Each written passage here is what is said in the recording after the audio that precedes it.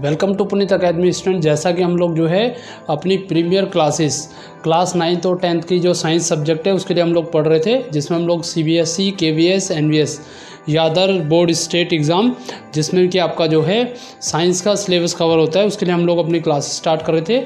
और हम लोग जो है आज क्लास 10th का चैप्टर 1 जो है एक बार रिपीट करेंगे, क्योंकि काफ़ी बच्चों का इशू आ रहा था कि सर आपका जो चैप्टर 1 है उसमें जो है वॉइस की प्रॉब्लम है। तो चलिए आज की क्लास स्टार्ट करते हैं with chapter 1 chemical reaction and equation. देखिए स्टूडेंट, आपका ये जो चैप्टर है chapter 1 chemical reaction and equation class 10th का ये चैप्टर है, क्लास 10th NCERT का।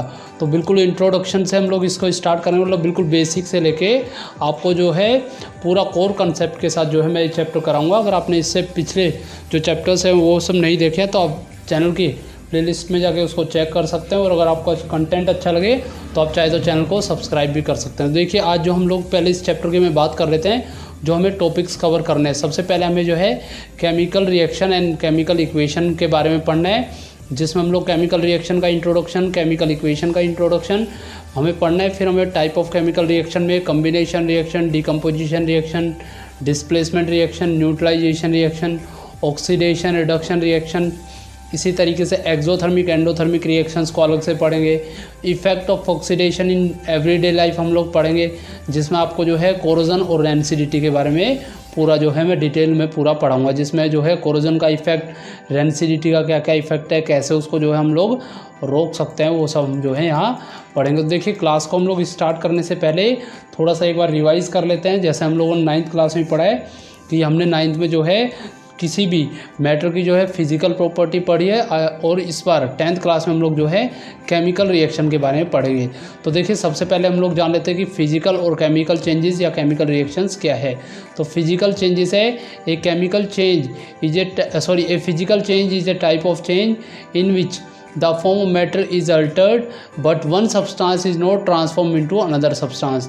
The size or the shape of matter may be changed but no chemical reaction occur। मतलब अगर कोई भी फिजिकल चेंज होता है तो फिजिकल चेंज में जो है एक फॉर्म ऑफ मैटर की जो है दूसरे फॉर्म में चेंज हो जाती है, लेकिन उससे कोई भी नया सब्सटेंस नहीं फॉर्म होता है। यानी कि फिजिकल चेंजेस अगर कहीं पे भी हो रहा है तो new substance will be form.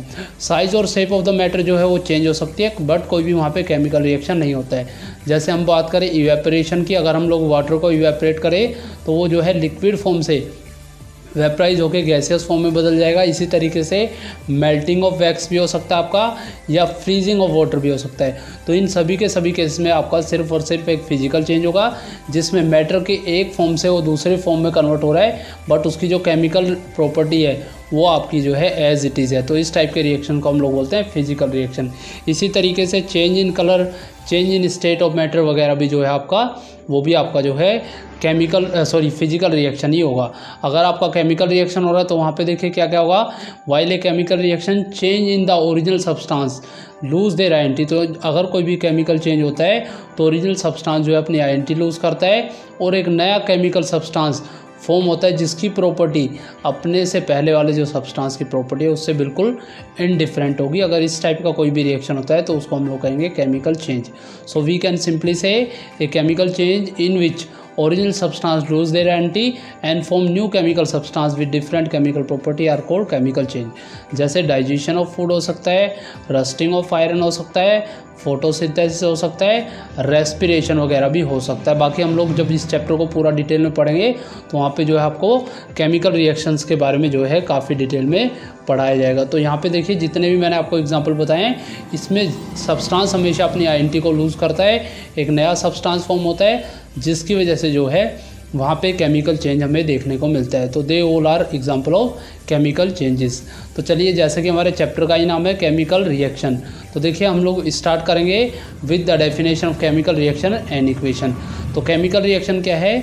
The change in one or more substances into other substances having different composition and different property is called chemical reaction। यानी कि एक इस टाइप का चेंज जिसमें एक या एक से ज़्यादा सब्सटेंस जो है वो इन्वॉल्व हो, उनकी कंपोजिशन अलग अलग हो, उनकी प्रॉपर्टीज़ भी अलग अलग हो, बट वो केमिकल रिएक्शन में जो है पार्टिसिपेट करे, एक नया प्रोडक्ट फॉर्म करे जिसकी प्रॉपर्टी जो है पहले से, ठीक है, सब्सटेंस से बिल्कुल इनडिफरेंट प्रॉपर्टी आए तो इस टाइप के सब्सटेंस को हम लोग जो है सिंपली केमिकल रिएक्शन कह सकते हैं। या the process in which new substance with new property are form from one or more substance called chemical reaction. या वो प्रोसेस जिसमें जो है नए सब्सटेंस फॉर्म होते हैं जिनकी प्रॉपर्टी पहले वाले सब्सटेंस से बिल्कुल इनडिफरेंट होती है, उसको हम लोग जो है सिंपली केमिकल रिएक्शंस कह सकते हैं। अब देखिए, मान लीजिए कोई भी सब्सटेंस जो है वो केमिकल रिएक्शन में इन्वॉल्व है, तो वो सब्सटेंस जो कि किसी भी केमिकल रिएक्शन को स्टार्ट कर रहे हैं या वहाँ से जो है रिएक्शन आपका स्टार्ट हो रहा है, तो उनको हम सिंपली जो है रिएक्टेंट्स कह सकते हैं। तो यानी कि इसका मतलब क्या हुआ, the substance which take place in a chemical reaction are called reactant. यानी कि हम उनको क्या कहेंगे, simply we can say them reactants. इसी तरीके से the substance which are form in a reaction are called product. यानी कि रिएक्शन के एंड होने के बाद जब कोई भी न्यू सब्सटेंस फॉर्म होता है तो उनको हम सिंपली जो है प्रोडक्ट के फॉर्म में जो है कह सकते हैं कि दे आर प्रोडक्ट्स। इसी तरीके से देखिए कुछ एग्जांपल्स हैं आपका जो है केमिकल रिएक्शन के, जैसे अभी बताया था आपको, digestion of food, respiration, rusting of iron, burning of magnesium ribbon, और इसी तरीके से फॉर्मेशन ऑफ कॉर्ड। तो देखिए डाइजेशन ऑफ फूड में हमें पता है जब हम लोग फूड ईट करते हैं तो हम लोग जो है एक कम्प्लेक्स फॉर्म से जो है फूड को रिसीव करते हैं और हमारी बॉडी में वो सिंपलर फॉर्म में जो है ब्रेक डाउन होता है। इसी तरीके से रेस्पिरेशन भी आपका जो है एक कम्प्लेक्स प्रोसेस है जिसमें फूड का ब्रेक डाउन होता है, एनर्जी रिलीज होती है, it is also chemical reaction. Rusting of iron भी एक केमिकल रिएक्शन होगा, आगे हम बात करेंगे। इसी तरीके से मैग्नीशियम रिबन जब एयर में बर्न करेगा तो वाइट डेजलिंग फ्लेम के साथ वो जलेगा, that is also chemical reaction. Formation of curd, curd का फॉर्मेशन होना from the milk is also a chemical reaction. तो सिंपली हम कह सकते हैं केमिकल रिएक्शन में वो चेंज इन सब्सटेंस जिसमें जो है अदर सब्सटेंस फॉर्म होता है जिसकी अलग प्रॉपर्टी, अलग कंपोजिशन हो, सिंपली हम उसको जो है केमिकल रिएक्शन कहेंगे। चलिए तो बात करते हैं हम लोग केमिकल रिएक्शन जब हम लोग कभी भी करा रहे होंगे तो क्या क्या विशेषताएं हमें जो है वहाँ पर देखने को मिलती है, यानी कि क्या क्या करैक्टरिस्टिक जो है केमिकल रिएक्शंस में होती है। यानी कि अगर कोई भी केमिकल रिएक्शन कहीं पे भी अगर हो रहा है तो हम क्या क्या चीज़ें जो हैं ऑब्जर्व करते हैं केमिकल रिएक्शंस में। तो सबसे पहले हम जो ऑब्जर्व करते हैं केमिकल रिएक्शन में, there is change in state, but आपको याद रखना है हमेशा न्यू प्रोडक्ट वहाँ पे फॉर्म होना चाहिए। तो जैसे यहाँ पे हमने कुछ एग्जांपल से आपको समझाया, चेंज इन स्टेट हो सकता है, चेंज इन कलर हो सकता है, इवोल्यूशन ऑफ गैसेज हो सकता है, इसी तरीके से आपका जो है फॉर्मेशन ऑफ पीपीटी वगैरह भी हो सकता है, चेंज इन टेम्परेचर भी हो सकता है। तो ये सारे के सारे जो चेंजेस है उसको हम जो है वन बाय वन एक बार देख लेते हैं। तो सबसे पहले स्टार्ट करेंगे विद चेंज इन स्टेट। तो जैसे यहाँ पे देखिए, when a mixture of hydrogen and oxygen is ignited with electric spark at room temperature, liquid water form। तो यहाँ पे देखिए जैसे हमने जो है हाइड्रोजन लिया वो भी गैसियस फॉर्म में, ऑक्सीजन को भी कंसिडर किया हमने गैसियस फॉर्म में, तो यहाँ पे दोनों की स्टेट क्या है, गैसियस फॉर्म में। बट इलेक्ट्रिक स्पार्क के बाद हमें जो नया प्रोडक्ट फॉर्म हुआ वो हमें लिक्विड फॉर्म में वाटर मिला है। तो यहाँ पे क्या होगा, इलेक्ट्रिक स्पार्क की वजह से इसकी जो स्टेट है वो चेंज होगी, तो हमें जो है वाटर मिल गया। तो ये किसका एग्जांपल है, चेंज इन स्टेट का। इसी तरीके से चेंज इन कलर, जैसे मान लीजिए हमारे पास जो है यहाँ पे हमारे पास लेड ऑक्साइड है तो PB3O4, तो when red lead oxide is heated yellow colour में लेड मोनोऑक्साइड जो है फॉर्म होगा। तो यहाँ पे देखिए इसमें जो है रिएक्टेंट में जो कलर था वो रेड है, बट प्रोडक्ट में जो कलर आ रहा है वो आपका जो है येलो आ रहा है with evolution of oxygen gas. तो हम यहाँ पे कह सकते हैं there is change in colour of the substance. इसी तरीके से अगर कभी भी कोई भी रिएक्शन अगर कहीं पे हो रहा है तो वहाँ पे जो है इवोल्यूशन ऑफ गैस भी हो सकता है। तो देखिए when zinc react with dilute hydrochloric acid, यानी कि जिंक को अगर हम डिल्यूट हाइड्रोक्लोरिक एसिड या चाहें तो H2SO4 का भी यूज़ कर सकते हैं, सल्फ्यूरिक एसिड का भी यूज़ कर सकते हैं, तो वहाँ पे हमेशा जो है हाइड्रोजन गैस इवोल्व होगी। तो Zn + HCl, ये आपका NCERT का ही एग्जाम्पल है, ZnCl2 + H2। तो यहाँ पे देखिए आपको एक कंटेनर में शो किया हुआ है, कुछ जिंक ग्रेन्यूल्स हमने यहाँ पे ऐड किए हैं और हमने जो है इसमें सल्फ्यूरिक एसिड ऐड किया है, तो हाइड्रोजन गैस यहाँ इवोल्व हो रही है। तो formation of hydrogen gas by action of dilute sulphuric acid, हम चाहे तो यहाँ पे हाइड्रोक्लोरिक एसिड भी कंसीडर कर सकते हैं। बाकी अगर हम इस कंटेनर का बॉटम को टच करके देखते हैं तो इसमें जो है चेंज इन टेम्परेचर भी हम ऑब्जर्व कर सकते हैं। इसी तरीके से यहाँ पे देखिएगा चेंज इन टेम्परेचर के लिए when small quantity of water is added to quicklime, large amount of heat जो है वो इवोल्व होती है। जैसे आप लोगों ने पढ़ा हुआ जो क्विकलाइम है उसका formula calcium oxide CaO, CaO यानी कि क्विकलाइम, कैल्शियम ऑक्साइड ये आपका फॉर्मूला होता है भुजे हुए चूने का। इसमें अगर हम लोग वाटर ऐड करते हैं तो ये जो है स्लैक लाइम में कन्वर्ट हो जाएगा, CaOH whole twice calcium hydroxide, और कुछ अमाउंट में जो है हीट निकलेगी, या मैं कहूँ ज़्यादा अमाउंट में हीट निकलेगी, तो इसको हम लोग कहते हैं कैल्शियम हाइड्रोक्साइड यानी कि स्लैक लाइम। देखिए इसका जो है आज से कम से कम 8-10 साल पहले हम लोग जो है अपने घरों में जो हम सफ़ेदी वगैरह करते थे उसमें हम लोग यूज़ करते थे कैल्शियम ऑक्साइड और वाटर का। आजकल तो जो है ऑलरेडी प्रिपेयर किए हुए सॉल्यूशंस वगैरह जो है इमल्शन पेंट वगैरह हम लोग जो है यूज़ करते हैं।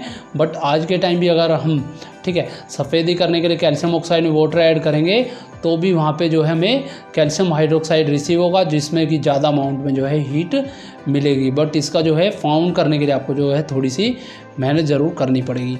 इसी तरीके से when limestone is heated quick lime and carbon dioxide are obtain and heat is absorb. इसी तरीके से अगर हम लाइमस्टोन को कंसिडर करें जिसका फॉर्मूला CaCO3 यानी कि कैल्शियम कार्बोनेट है, उसको अगर हम हीट कर दें तो वहाँ पे कैल्शियम ऑक्साइड और कार्बन डाइऑक्साइड जो है वो हमें देखने को मिलेगी। यानी कि हमें अगर क्विक लाइम रिसीव करना है तो कैल्शियम कार्बोनेट से भी हम जो है क्विक लाइम बना सकते हैं। कई बार एग्जाम्स में इस टाइप का क्वेश्चन भी आपसे पूछा हुआ है। तो यहाँ पे भी देखिएगा चेंज इन टेम्परेचर को ही हम ऑब्जर्व कर रहे हैं। इसी तरीके से देखिए अगर कोई भी रिएक्शन हो रहा है तो वहाँ पे पार्सिपिटेशन वगैरह भी फॉर्म होता है, यानी कि पार्सिपिटेशन भी हमें जो है देखने को मिलता है। तो यहाँ पे देखिए when silver nitrate solution and sodium chloride solution react they form silver chloride, तो वो क्या फॉर्म करेंगे, सिल्वर क्लोराइड जो है वो फॉर्म करते हैं, जो कि आपका इनसोल्यूबल सब्सटेंस होता है जिसको हम लोग जनरली पार्सिपिटेट भी कहते हैं। तो फॉर्मेशन ऑफ पार्सिपिटेट में आपको क्या याद रखना है, एक ऐसा प्रोडक्ट फॉर्म हो जो कि पूरी तरीके से डिजोल्व ना हो, इनसोल्यूबल हो, उसको हम लोग जो है पार्सिपिटेशन कहते हैं। तो when silver nitrate solution and sodium chloride solution react करेंगे तो जो है सिल्वर क्लोराइड फॉर्म होगा, और जो है इनसोल्यूबल फॉर्म में जो कि वहाँ पे ठीक है पड़ा रहेगा। तो AgNO3 plus NaCl it will give AgCl plus NaNO3। तो यहाँ पे जो पार्सिपिटेशन है वो सिल्वर क्लोराइड का यहाँ पे फॉर्म हो जाएगा। तो देखिए अब हम लोग जो है ये कह सकते हैं अगर हमें कोई भी केमिकल रिएक्शंस दिखाना है, शो करना है, उसको रिप्रेजेंट करना है, तो हम जो उसको या तो वर्ड इक्वेशन में शो कर सकते हैं या उसको जो है केमिकल इक्वेशन के फॉर्म में कर सकते हैं। जैसे मैंने अभी बताया आपको zinc plus sulphuric acid give zinc sulphate plus hydrogen gas. तो यहाँ पे देखिए ये लेफ्ट हैंड साइड है रिएक्शन की and this is right hand side, तो एरो के बाद में जो है राइट हैंड साइड है। तो LHS में आपका क्या है, जिससे आपका रिएक्शन इनिशिएट हुआ है दे आर रिएक्टेंट, और जो प्रोडक्ट बाद में बना है डेट इज़ कॉल्ड प्रोडक्ट, और वो RHS साइड में होगा। तो इस तरह से हम जो है वर्ड इक्वेशन में किसी भी केमिकल रिएक्शन को लिख सकते हैं। इसी तरीके से एक और तरीका है किसी भी केमिकल इक्वेशन को लिखने का, वो है आपका केमिकल इक्वेशन।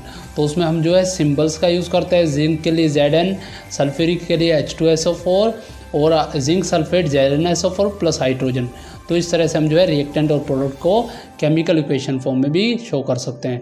तो देखिए इसकी डेफिनेशन क्या है, the short hand method of representing a chemical reaction with the help of symbols and formulae of the substance involve in a reaction is called chemical equation. यानी कि वो शॉर्ट हैंड मेथड जिससे हम किसी भी chemical reaction को with the help of symbol and formulae of the substance किसी भी रिएक्शन में जो इन्वॉल्व है उसमें लिख दें तो उसको हम सिंपली कह सकते हैं केमिकल इक्वेशन। तो वो शॉर्ट हैंड मेथड जिससे कोई भी केमिकल रिएक्शन जो है सिंबल और फॉर्मूले में लिखा जाए तो उसको हम कहेंगे केमिकल इक्वेशन। जैसे यहाँ पे देखिएगा अभी बताया zinc plus sulphuric acid zinc sulphate hydrogen, तो कुछ इस टाइप से इसको जो है यहाँ पे लिख देंगे। ऐसे ही hydrogen plus oxygen give water, तो H2 plus O2 give H2O। तो they are nothing but chemical equation. चलिए तो मूव करेंगे स्टूडेंट नेक्स्ट टॉपिक में, जिसमें हम लोग जो है बैलेंसिंग ऑफ केमिकल इक्वेशन की बात करेंगे। देखिए यहाँ से फर्स्ट क्वेश्चन आपको बनता है, what do you mean by balancing of chemical equation. तो making the number of atoms of each element equal on both side of the equation is called balancing of chemical equation. यानी कि किसी भी reaction में जो है left hand side और right hand side में जो आपके जो एलिमेंट्स प्रेजेंट है अगर हम उसका इक्वल नंबर कर देते हैं तो इस टाइप की इक्वेशन को हम कहते हैं बैलेंस केमिकल इक्वेशन। अब यहाँ क्वेश्चन आता है कि why we need to balance a chemical equation. तो देखिए आपने 9th क्लास में पढ़ा होगा law of conservation of mass, mass can neither be created nor be destroyed during a chemical reaction but it can be change from one form to another form. यानी कि total mass of every element present in the reactant as well as in the product जो है वो equal रहना चाहिए। यानी कि reaction करने से पहले जो रिएक्टेंट का मास होगा और जो प्रोडक्ट फॉर्म हुए हैं उनका जो मास होगा that should must be equal. यानी कि अदर वर्ड्स में हम कह सकते हैं number of atoms of each element remain the same. यानी कि जो नंबर ऑफ एटम्स होते हैं वो हर एक एलिमेंट के जो है बिफोर एंड आफ्टर रिएक्शन में सेम ही होना चाहिए। इस टाइप के रिएक्शन को हम कहेंगे बैलेंस केमिकल इक्वेशन। और क्यों बैलेंस कर रहे हैं? क्योंकि हमें वहाँ पे जो है लॉ ऑफ कंजर्वेशन ऑफ मास जो है वहाँ पे हमें सेटिस्फाई कराना है। यानी कि उसमें जो नंबर ऑफ एटम्स होंगे रिएक्टेंट और प्रोडक्ट में डेट मस्ट बी इक्वल। इसी तरीके से हम आगे पढ़ाएंगे जब हम लोग किसी भी रिएक्शन को बैलेंस कर रहे होंगे तो वहाँ पे कुछ नेसेसरी कंडीशन जैसे टेम्परेचर, प्रेशर, कैटलिस्ट वगैरह को भी जो है वो वहाँ पे ज़रूर शो करेंगे और एरो के ऊपर लिखेंगे उसमें बिटवीन रिएक्टेंट एंड प्रोडक्ट। जैसे यहाँ पे देखिए magnesium is burned in air to form magnesium oxide, तो मैग्नीशियम के लिए सिंबल Mg, ऑक्सीजन के लिए O2, तो यहाँ रिएक्टेंट जो प्रोडक्ट बनेगा वो MgO यानी कि 2 मैग्नीशियम ऑक्साइड। तो देखिए यहाँ पे मैग्नीशियम के नंबर ऑफ एटम्स 2 हैं, ऑक्सीजन का भी 2 है और प्रोडक्ट में भी 2 MgO यानी कि ये दोनों के लिए कंसिडर हम करेंगे। तो ये आपकी जो है एक बैलेंस केमिकल इक्वेशन होगी। यहाँ पे देखिए यहाँ पे आपको जो है burning of magnesium ribbon air में शो किया हुआ है जो कि वाइट डेजलिंग फ्लेम के साथ में जलता है, जिसको जो कि उसका जो ऐश हमने जो है वॉच ग्लास में यहाँ पे कलेक्ट किया है। इसी तरीके से देखिए अगर आपसे पूछा जाए कि बैलेंसिंग ऑफ केमिकल रिएक्शन के हम लोग किस टाइप का मेथड अपना सकते हैं तो वी जस्ट ठीक है हिट एंड ट्रायल मेथड का यूज़ करते हैं। जैसे मान लीजिए हमें जो है एक बैलेंस इक्वेशन जो है बैलेंस करनी है, जैसे Fe + H2O Fe3O4 + H2। तो सबसे पहले हमें बैलेंस करने से पहले हमें जो है सभी के सभी जो आपके रिएक्टेंट या प्रोडक्ट है वहाँ पे आपको एक बॉक्स बनाना होगा ताकि मल्टीप्लाई या डिवाइड करते समय हम जो है इन बॉक्स के आउटसाइड ही जो है हमेशा कोई भी चेंजेस करें, यानी कि उसका जो मेन कंस्ट्रेंट्स है उसमें कोई भी चेंजेस वहाँ पे ना कर सके। फिर उसके बाद हम क्या करेंगे, काउंटिंग करेंगे number of atoms each side of the chemical equation. जैसे यहाँ पे देखिए एलिमेंट में आपका जो है आयरन एक एलिमेंट है, हाइड्रोजन एक एलिमेंट है, इसी तरीके से ऑक्सीजन एक एलिमेंट है और यहाँ पे number of atoms reactant side में या LHS साइड में आपका जो है वो लिखना है और नंबर ऑफ एटम्स ठीक है RHS साइड में जो है आपको वो भी लिखने हैं। जैसे यहाँ पे देखिए आयरन यहाँ पे कितना है, कुछ नहीं है तो 1 होगा। यहाँ पे हाइड्रोजन कितना है H2 तो 2 होगा, ऑक्सीजन कितना है 1 होगा। इसी तरीके से प्रोडक्ट में जो आयरन है वो 3 है, ऑक्सीजन जो होगा वो 4 होगा, हाइड्रोजन जो है वो 2 है। तो ये ऑलरेडी जो है बैलेंस है। इसी तरीके से देखिए अब हम लोग देखते हैं कि यहाँ पे ऑक्सीजन जो है वो 4 है और इधर 1 है तो ये बैलेंस नहीं है। आयरन इधर 3 है प्रोडक्ट में और रिएक्टेंट में 1 है तो ये बैलेंस नहीं है। तो हम इसको बैलेंस करने के लिए जो है किसी भी नंबर से अपनी जो है स्टार्टिंग कर सकते हैं। जैसे हम लोग यहाँ पे चाहे तो अपने नंबर को बैलेंस करने के लिए हम लोग जो है 3Fe यानी कि 3 ऐड कर देते हैं हम लोग आयरन में। तो जैसे ही हम आयरन में 3 ऐड करेंगे तो यहाँ पे देखिए 3Fe प्लस ठीक है 4H2। और अगर हम वाटर के लिए बैलेंस करें ठीक है सॉरी ऑक्सीजन के लिए अगर हम बैलेंस करें तो 4 से हमें इंटू करना पड़ेगा तो 4H2O Fe3O4 4। और देखिए यहाँ पे अब वाटर कितना हो गया है 4 हो गया है तो इधर वाटर 4 होने से ठीक है हाइड्रोजन को भी हमें 4 गुना करना पड़ेगा तो 4H2 यानी कि हमें अगर कोई भी नंबर मल्टीप्लाई करना है तो वो जो है हमें चेक करना पड़ेगा उसकी वजह से जो प्रोडक्ट पे इफेक्ट है वो क्या आ रहा है। तो इस टाइप से हम जो है बैलेंस कर सकते हैं। बाकी देखिए बैलेंसिंग का आपको जो टॉपिक है वो अगर ठीक है मैं अलग से क्लास लेके आ पाऊँगा तो मैं आपको जो है ज़रूर करा दूँगा। हालांकि इतना ज़्यादा मुश्किल टॉपिक नहीं है, आप चाहें तो ठीक है कहीं से भी इसको पढ़ सकते हैं क्योंकि मेरे पास इस समय जो है पेन टैब अवेलेबल नहीं है ठीक है। और इसीलिए जो है मैं शायद इसकी वीडियो जो है बाद में अपलोड अगर ठीक है मैं परचेज करता हूँ तो मैं वहाँ पे ज़रूर आपके लिए जो है ऐड कर दूँगा स्टूडेंट्स। तो देखिए होपफुली काफ़ी समझ में आ रहा होगा ये सब स्टूडेंट ठीक है। तो आप लोग जो है एक बार वीडियो को लाइक भी ज़रूर कीजिएगा। इसी तरीके से देखिए जब हम लोग फिजिकल स्टेट ऑफ रिएक्टेंट और प्रोडक्ट को लिख रहे होते हैं तो सॉलिड स्टेट के लिए हम लोग S लिखते हैं, लिक्विड स्टेट के लिए L लिखते हैं, गैसेस स्टेट के लिए हम लोग G का यूज़ करते हैं और वाटर सोल्यूबल प्रोडक्ट अगर या रिएक्टेंट कोई बन रहा है तो वहाँ पे हम लोग जो है एक्वस स्टेट के लिए AQ लिखते हैं। जैसे यहाँ पे देखिए आयरन में सॉलिड S का मतलब क्या है सॉलिड, 4H2O गैसियस और Fe3O4 जो है सॉलिड एंड हाइड्रोजन जो है वो गैसियस फॉर्म में यहाँ पे मिला है। तो फिजिकल स्टेट ऑफ मैटर भी हमें जो है लिखनी चाहिए। इसी तरीके से जैसे अभी बताया था आपको कुछ नेसेसरी कंडीशन जैसे टेम्परेचर, प्रेशर, कैटलिस्ट भी हमें जो है एरो के ऊपर लिख देना चाहिए। जैसे carbon monoxide + H2 340 atmospheric pressure पे रिएक्शन हो रहा है, CH3OH जो है लिक्विड फॉर्म में हमको मिल रहा है।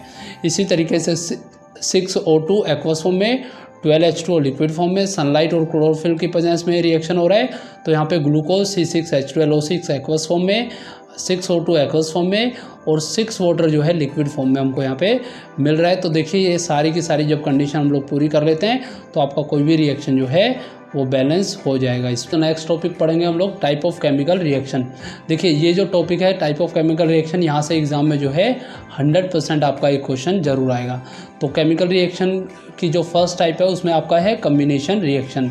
तो Dooj reaction in which 2 or more element or compound combined together to form a single product, या एक सिंगल कंपाउंड अगर कोई भी रिएक्टेंट, 2 या 2 से ज़्यादा रिएक्टेंट अगर रिएक्शन करके बनाते हैं तो इस टाइप के रिएक्शन को हम कहेंगे कम्बिनेशन रिएक्शन। तो द रिएक्शन या those reaction in which 2 or more reactant or compound combined together to form a single product are called combination reaction. तो देखिए कम्बिनेशन में क्या होगा, जैसे मान लीजिए कार्बन प्लस ऑक्सीजन, तो कार्बन सॉलिड फॉर्म में, ऑक्सीजन गैसेज फॉर्म में, तो कार्बन डाइऑक्साइड जो है फॉर्म होगी। ये किसका, आपका बर्निंग ऑफ कोल की जो है इक्वेशन है। यानी कि अगर हम कोयले को जलाएं, कोल को अगर हम बर्न करें तो C+O2 give CO2 carbon dioxide gas form होगी। बट आपको याद ये भी रखना है कि अगर हम किसी भी कोयले को, ठीक है, अगर अब्सेंस ऑफ ऑक्सीजन में या लैक ऑफ ऑक्सीजन में अगर हम लोग बर्न करते हैं तो वहाँ पे जो है C+O यानी कि कार्बन प्लस ऑक्सीजन जो है वहाँ पे एरो के साथ में आपको जो है कार्बन मोनोऑक्साइड गैस भी वहाँ पे फॉर्म कर सकता है। क्योंकि अगर आपका जो है लैक ऑफ ऑक्सीजन में रिएक्शन होगा तो हमें जो है यहाँ पे जो है कार्बन मोनोऑक्साइड गैस देखने को मिलेगी, जो कि एक सफोकेशन गैस होती है। यानी कि जो है किसी भी, ठीक है, जो पर्सन है उसके लिए जो है ये काफ़ी घातक हो सकती है। क्योंकि इस गैस की वजह से, कार्बन मोनोऑक्साइड गैस की वजह से जो है उस व्यक्ति का दम घुट जाएगा। क्योंकि जो आपकी कार्बन मोनोऑक्साइड गैस होती है ये हीमोग्लोबिन से रिएक्शन करके कार्बोक्सिल हीमोग्लोबिन जो है फॉर्म करती है, जो कि आपके लिए जो है बाई प्रोडक्ट फॉर्म में ऑक्सीजन से भी ज़्यादा रिएक्टिव होता है। तो बॉडी की जो ऑक्सीजन कैरिंग कैपेसिटी है या बॉडी की ऑक्सीजन इंटेक करने की जो कैपेसिटी है वो कम हो जाएगी और इससे व्यक्ति का जो है दम घुट सकता है। तो ये काफ़ी जो है फैटल रिएक्शन आपका यहाँ पे हो सकता है अगर आपको बर्निंग ऑफ कोल जो है अब्सेंस ऑफ ऑक्सीजन में जो है आपका हो रहा है। यानी कि अब्सेंस ऑफ ऑक्सीजन यहाँ पे नहीं होना चाहिए। अगर अब्सेंस ऑफ ऑक्सीजन हो रहा है तो आपका जो है ये रिएक्शन जो मैंने अभी आपको लिख के दिया ये आपका जो है होगा वहाँ पे। हम चलिए तो मूव करते हैं फॉर्मेशन ऑफ वाटर। तो H2+O2 give water liquid form में यहाँ पे मिलेगा आपको, गैसियस फॉर्म से लिक्विड फॉर्म में जो है हाइड्रोजन ऑक्सीजन का यूज़ करके वाटर को हमने जो है लैब में भी हम फॉर्म कर सकते हैं। इसी तरीके से calcium oxide react with water. तो ये देखिए अभी भी आपको ऊपर भी बताया मैंने reaction CaO+H2O CaOH whole twice, यानी कि क्विक लाइम है ये आपका जो है स्लैक लाइम में फॉर्म हो जाएगा। और अगर आप कंटेनर को टच करते हैं तो वहाँ पे आप जो है हीट भी वहाँ पे महसूस कर सकते हैं। तो this is also A combination reaction. इसी तरीके से देखिए एक पॉइंट आपको NCERT में गिवन है, ए solution of slack lime produce by reaction of 1.13, यानी कि इसी रिएक्शन की मैं बात कर रहा हूँ, is use for white washing walls. Calcium hydroxide react with carbon dioxide in air to form a thin layer of calcium carbonate on the walls. Calcium carbonate is form after 2 or 3 days, white washing के बाद ये बनता है, and give a shiny finish to wall. It is interesting to note that chemical formula of marble is CaCO3। तो देखिए simply मैं बताना चाहता हूँ कि ये आपको जो है ये रिएक्शन आपको क्या बताना चाहता है। देखिए हमें पता है जो स्लैक लाइम होता है, जैसे यहाँ पे हमने बनाया CaOH होल ट्वाइस, इसी रिएक्शन में हमने ये देखा अगर ये कार्बन डाइऑक्साइड से रिएक्शन करेगा तो आपका ये क्या प्रोडक्ट फॉर्म करेगा, कैल्शियम कार्बोनेट प्लस वाटर। अब देखिए कैल्शियम कार्बोनेट जो है ये एक तरीके का आपका जो है मार्बल का ही एक प्रोडक्ट है, यानी कि मार्बल का ही फॉर्मूला है, और वाटर यहाँ पे जो है इवेपोरेट हो जाएगा। तो 2 to 3 डेज के बाद आपने जिस भी वॉल के ऊपर जो है कैल्शियम हाइड्रोक्साइड का जो आपने जो है, ठीक है, पेंट वगैरह किया है, तो वहाँ पे जो है वाइट वॉशिंग के बाद जो है एक शाइनी फिनिश वहाँ पे आपको देखने की मिलेगी, जो कि किसकी होगी, कैल्शियम कार्बोनेट की होगी। तो ये रिएक्शन भी आपका जो है काफ़ी टाइम एग्जाम में पूछा हुआ है, आपको याद रखना है। कैल्शियम हाइड्रोक्साइड कार्बन डाइऑक्साइड से रिएक्शन करके calcium carbonate plus water form करेगा और शाइनिंग जो है वॉल्स के ऊपर लेकर आएगा। इसी तरीके से देखिए एक और रिएक्शन हम लोग पढ़ लेते हैं, डिकम्पोजिशन रिएक्शन। तो देखिए नाम से क्लियर है, डिकम्पोजिशन रिएक्शन, यानी कि रिएक्शन क्या हो रहा है, आपका टूट रहा है, ब्रेक डाउन हो रहा है। तो वो रिएक्शन जिसमें एक सिंगल प्रोडक्ट ब्रेक डाउन होकर 2 या 2 से ज़्यादा सिंपल सब्सटेंस बनाता है उसको हम लोग कहते हैं डिकम्पोजिशन रिएक्शन। जैसे मान लीजिए हमने जो है कोई रिएक्टेंट ए लिया है, रिएक्शन करने के बाद ये जो है बी और सी के बाई प्रोडक्ट में आपका जो है ब्रेक हो रहा है। तो देखिए डिकम्पोजिशन रिएक्शन कराने के लिए हमें जो है एक्सटर्नल सोर्स से कुछ ना कुछ हीट, लाइट, साउंड वगैरह हमें प्रोवाइड करनी पड़ती है, तो उसकी जो है हमेशा डिकम्पोजिशन रिएक्शन में ज़रूरत होगी। तो the decomposition reaction take place only when energy in the form of heat, light, electricity और sound is supplied. Various kind of decomposition reaction हम लोगों को इसके बेसिस पे देखने को मिलता है। जैसे हम सबसे पहले बात करें तो थर्मल डिकम्पोजिशन, तो decomposition reaction which take place by absorption of heat, यानी कि हीट का वहाँ पे एब्जॉर्प्शन हो, यानी कि हीट की वजह से जब कोई भी रिएक्शन होगा तो वो जो है आपका थर्मल डिकम्पोजिशन होगा। जैसे हम लोग बात कर रहे थे कैल्शियम कार्बोनेट को अगर हम हीट कर दें तो calcium oxide plus carbon dioxide gas वहाँ पे फॉर्म होगी। इसी तरीके से फेरस ऑक्साइड को अगर हम हीट करें तो फेरस सल्फेट को अगर हम हीट करें तो ferrous oxide SO2 SO3 sulphur dioxide sulphur trioxide gas जो हमें देखने को मिलती है। यहाँ पे जो फेरिक ऑक्साइड जो गैस होगी वो रेड ब्राउन कलर के जो फ्यूम्स हैं वो वहाँ पे जो है फॉर्म करेगी। तो हम कह सकते हैं फेरस सल्फेट को हीट करने से ferric oxide plus sulphur dioxide sulphur trioxide gas जो है वो देखने को मिलती है। तो यहाँ पे देखिए कुछ एक एक्टिविटी के थ्रू भी बताया हुआ है NCERT में, correct way of heating the boiling tube containing crystal of ferrous sulphate and उसकी जो गैस वहाँ से निकल रही है, जो ऑर्डर निकल रहा है उसको स्मेल करने का आपको जो है तरीका दिया है, जिसमें हम लोग जो है जेंटली वाफ्टिंग करते हैं उसको अपने नोज़ की तरफ, ना कि उसको जो है डायरेक्टली ही नोज़ के क्लोज में लेके आते हैं। और ऐसा आपको जो है अपने फ्रेंड्स वगैरह के साथ में जो है डायरेक्ट वहाँ पे भी उनके माउथ की तरफ भी या नोज़ की तरफ भी इसको डायरेक्ट नहीं करना है। तो कुछ इस तरह से हम लोग जो है थर्मल डिकम्पोजिशन करते हैं। ये एग्जाम में आया हुआ क्वेश्चन आपका, फेरस सल्फेट ब्रेक डाउन होकर ferric oxide sulphur dioxide sulphur trioxide form करता है, जिसमें कि आपके जो है रोटन एग के तरह स्मेल जो है ज़रूर देखने को मिलेगी आपकी। इसी तरीके से देखिए लेड नाइट्रेट जो कि कलरलेस होता है 2PbNO3 होल ट्वाइस, ये इसका फॉर्मूला होता है PbNO3 होल ट्वाइस। ये रिएक्शन करके 2PbO यानी कि लेड ऑक्साइड जो कि येलो कलर का होगा, नाइट्रोजन डाइऑक्साइड और ऑक्सीजन गैस यहाँ पे फॉर्म होगी। जो यहाँ पे नाइट्रोजन गैस जो यहाँ पे फॉर्म होगी नाइट्रोजन डाइऑक्साइड गैस, ये ब्राउन फ्यूम्स देते हुए जो है इवॉल्व होगी। तो यहाँ पे भी देखिए हम एक्सटर्नल सोर्स में इसको हीट प्रोवाइड कर रहे हैं।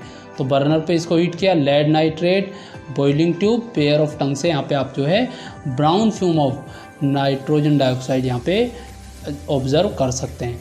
इसी तरीके से देखिए हीटिंग करने के लिए हम लोग जो है फोटोलाइटिक डिकम्पोजिशन भी कर सकते हैं, यानी कि फोटो यानी कि लाइट का रिएक्शन यूज़ भी कर सकते हैं। तो फोटो डिकम्पोजिशन रिएक्शन वो रिएक्शन होते हैं जिसमें आपका जो है एब्जॉर्प्शन ऑफ लाइट या सन एनर्जी का हम यूज़ करते हैं। जैसे देखिएगा सिल्वर क्लोराइड जो होता है वो वाइट कलर का आपका सब्सटेंस होता है, जो कि रिएक्शन करने से पहले जो है वाइट कलर में होता है, बट सनलाइट की प्रेजेंस में अल्ट्रा वायलेट रेज की प्रेजेंस में जब ये ब्रेक डाउन होता है तो सिल्वर प्लस क्लोरीन फॉर्म करता है। तो इट विल फॉर्म सिल्वर जो कि ग्रेइश कलर का होता है, और क्लोरीन जो है येलोइश कलर का प्रोडक्ट आपको जो है फॉर्म होता है। तो हम कह सकते हैं कि ये जो आपका रिएक्शन है ये सनलाइट की प्रेजेंस में डिकम्पोज होके सिल्वर प्लस क्लोरीन फॉर्म कर गया, जो कि वाइट और येलोइश कलर का जो है प्रोडक्ट यहाँ पे बन रहा है। तो silver chloride turns grey in sunlight to form silver metal. इसी तरीके से AgBr यानी कि सिल्वर ब्रोमाइड रिएक्शन जब ये करेगा तो रिएक्शन करने से पहले पेल येलो होगा,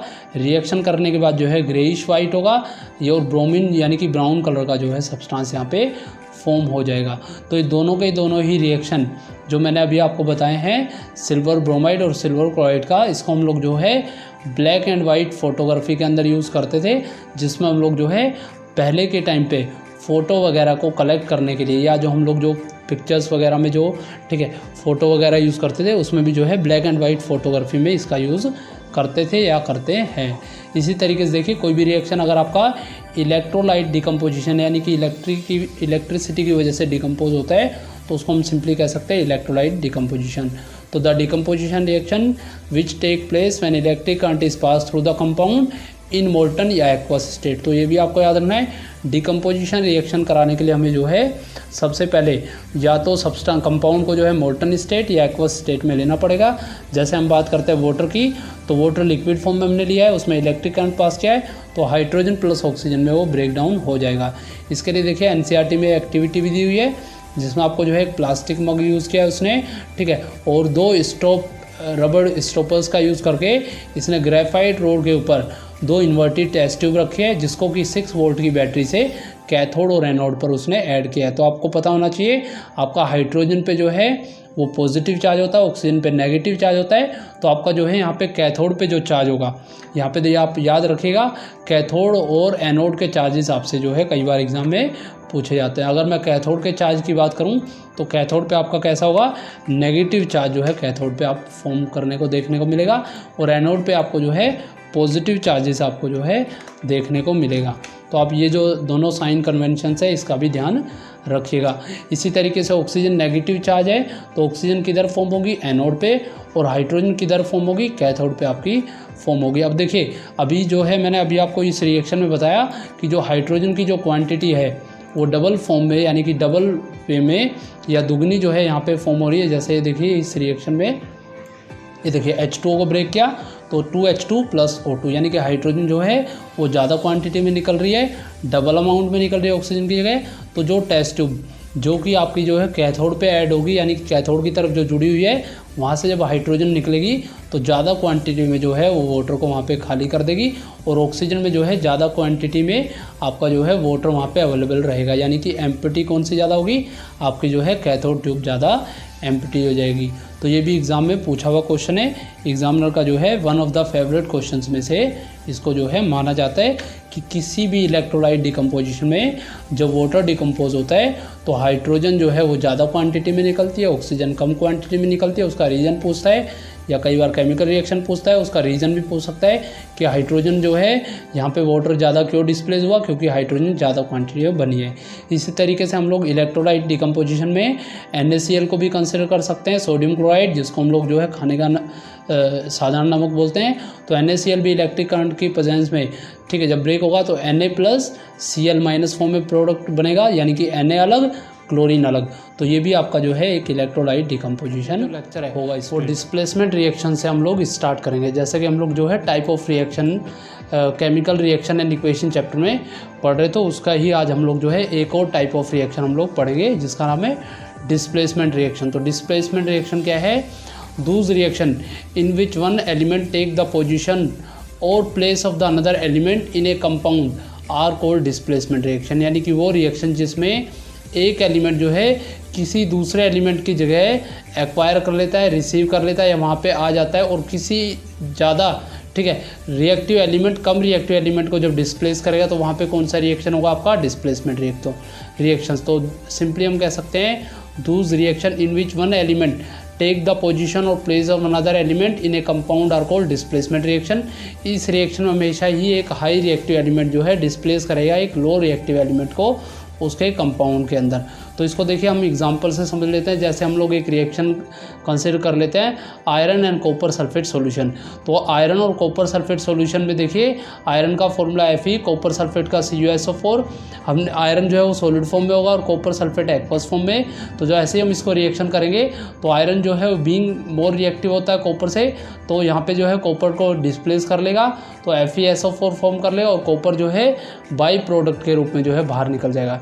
यहाँ पे आपको जो ध्यान रखना है इस रिएक्शन के अंदर, जो हमारा कॉपर सल्फेट होता है इसका जो है ब्लू कलर होता है, जबकि आपका जो फेरस सल्फेट सॉल्यूशन होता है वो ग्रीन कलर का होता है। तो यहाँ पे देखिए काफ़ी बार एग्जाम में जो है डिस्प्लेसमेंट रिएक्शन के लिए इस एक्टिविटी से ही क्वेश्चन पूछ लिया जाता है। उसमें डायरेक्ट आपसे पूछा जाता है कॉपर सल्फेट का जो ब्लू कलर है वो डिसअपियर क्यों हो जाता है जब उसमें आयरन नेल रखते हैं। तो ये हम क्या रीज़न देंगे इसमें हम सिंपली बताएंगे कि यहाँ पे जो है डिस्प्लेसमेंट रिएक्शन हुआ है, इसी की वजह से इसका जो कलर है वो डिसअपियर होगा। तो वही यहाँ पे मैंने भी एक्सप्लेन किया। In this reaction more reactive metal iron displace less reactive metal copper from copper sulphate solution and blue colour of the copper sulphate solution fade होगा and it changes into light green colour में वो जो है पूरा change हो जाएगा। जैसे यहाँ पे देखिए एक डायग्राम के थ्रू मैंने समझाने की कोशिश करी है। जो कॉपर सल्फेट है वो पूरा का पूरा आपका जो है ब्लू कलर का है। रिएक्शन जैसे ही इसमें इनिशिएट होगा तो आयरन नेल को हमने इसमें डिप किया है, तो बाद में जब हम इसको ऑब्जर्व करेंगे, ये देखिए आयरन नेल जो है बिफोर रिएक्शन हमने कंसिडर किया है और आयरन नेल कॉपर सल्फेट में रखने के बाद जो हमने उसको, ठीक है, यहाँ पे रखा है। इसी तरीके से कॉपर सल्फेट जो है रिएक्शन से पहले हमने रखा है और कॉपर सल्फेट जो है रिएक्शन के बाद हमने जो है इस सेकंड टेस्ट ट्यूब में रखा है। तो iron nails and copper sulphate solution compare किया हमने before and after the reaction. तो हम यहाँ पे जो है दोनों के ही कलर्स को जो है महसूस कर सकते हैं, क्योंकि यहाँ पे जो है डिस्प्लेसमेंट रिएक्शन हुआ है। तो हम देख सकते हैं किस तरह से जो कॉपर सल्फेट है उसका जो ब्लू कलर है वो पूरा का पूरा डिसअपियर हो गया और कुछ कुछ जो है ग्रीनिश कलर का वो बन गया, क्योंकि यहाँ पे पूरा डिस्प्लेसमेंट रिएक्शन यहाँ पे हुआ है। जैसे अभी मैंने आपको एक्सप्लेन किया, जो जिंक है जो आयरन है वो कॉपर को जो है डिस्प्लेस कर देगा यहाँ पे, तो ये इसकी जगह चला जाएगा। तो फेरस सल्फेट जो कि ग्रीन कलर का सब्सटेंस होता है, कॉपर वहाँ से प्रोडक्ट में से बाहर आ जाएगा। तो इस तरह से ये फॉर्म हो जाएगा। चलिए तो मूव करेंगे हम इसी में नेक्स्ट एग्जांपल की तरफ। जिंक और कॉपर सल्फेट का अगर हम लोग रिएक्शन करें तो जिंक ज़्यादा रिएक्टिव होगा कॉपर सल्फेट से, ये जिंक सल्फेट प्लस कॉपर यहाँ पे फॉर्म करेगा। तो फर्द यहाँ पे भी आपका जो है हाई रिएक्टिव मेटल एक लेस रिएक्टिव मेटल को जो है डिस्प्लेस करता हुआ नजर आएगा। अब आप कहेंगे सर हमें कैसे पता लगेगा कोई भी जो मेटल है वो बीइंग मोर रिएक्टिव है कि लेस रिएक्टिव? तो इसके लिए हम लोग जो है देखिए चैप्टर 3 में एक रिएक्टिविटी सीरीज हम लोग पढ़ेंगे, जिसको हम लोग कई बार जो है एक्टिविटी सीरीज भी कहते हैं, जिसमें आपको हम बताएंगे potassium, sodium, calcium, magnesium, aluminium, zinc, iron, lead, hydrogen being non metal होगा वहाँ पे, कॉपर, मर्क्यूरी, सिल्वर, गोल्ड। तो जो मोर रिएक्टिव मेटल होगा वो इस सीरीज में ऊपर की तरफ आएगा, लेस रिएक्टिव नीचे की तरफ आएगा। जैसे यहाँ पे देखिए आयरन जो है ये रिएक्टिविटी सीरीज में Fe यहाँ पे है, और देखिए कॉपर कहाँ पे आपका नीचे की तरफ है। तो आयरन क्या होगा ज़्यादा रिएक्टिव होगा, कॉपर क्या होगा कम रिएक्टिव होगा। इसी तरीके से देखिए जिंक आपका जो है ज़्यादा रिएक्टिव है, कॉपर आपका जो है कम रिएक्टिव है। तो इस तरह से जो है ये रिएक्शन हो रहा है, मोर reactive metal less reactive metal को डिस्प्लेस कर रहा है। इसको आप ऐसे भी समझ सकते हैं, अगर मान लीजिए क्लास में कुछ स्टूडेंट बैठे हुए हैं, उन्होंने जो अपनी पोजीशन को एक्वायर किया हुआ है, बट एक स्टूडेंट आता है जो कि देखने में या उसका जो पावर है, जो उसका जो स्ट्रेंथ है वो ज़्यादा है, तो किसी भी वीक स्टूडेंट को जो है उसकी सीट से जो है डिस्प्लेस कर सकता है। बस वहाँ पे कंडीशन क्या होनी चाहिए कि जो है जो दूसरा स्टूडेंट वो जो है वीक स्टूडेंट होना चाहिए। तो इस तरह से डिस्प्लेसमेंट रिएक्शन की भी कहानी को हम इस तरह से समझ सकते हैं। इसी तरीके से जिंक प्लस सल्फ्यूरिक एसिड अगर हम ले तो ZnSO4 यहाँ फॉर्म करेगा और हाइड्रोजन गैस जो है यहाँ पे बन जाएगी। तो ये भी आपका जो है एक तरह का डिस्प्लेसमेंट रिएक्शन ही है। इसी तरीके से आप एक चीज़ और यहाँ पे ध्यान रखिएगा, जिंक का जो कलर होता है वो ग्रे होता है, कॉपर सल्फेट का ब्लू कलर होता है। तो फेरस सल्फेट जो है यहाँ पे जो जिंक सल्फेट है उस पर जो है ग्रीनिश कलर यहाँ पे भी फॉर्म हो जाएगा। तो इस तरह से ये रिएक्शन आपका पूरा हो जाएगा। इसी तरीके से देखिए डबल डिस्प्लेसमेंट रिएक्शन भी आपके हो सकते हैं, वो रिएक्शन जिसमें दो या दो से ज़्यादा कंपाउंड एक दूसरे से रिएक्शन करेंगे और यहाँ पे जो है एक्सचेंज ऑफ आयंस होगा, जिससे कि दो या दो से ज़्यादा कंपाउंड वहाँ पे फॉर्म हो सकते हैं। इस टाइप के रिएक्शन को हम लोग जो है सिंपली डबल डिस्प्लेसमेंट रिएक्शन कहेंगे।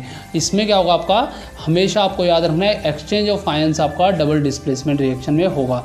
तो यहाँ बताया जैसे मैंने, these reaction in which two compound react by exchange of ions to form two new compounds are called double displacement reaction.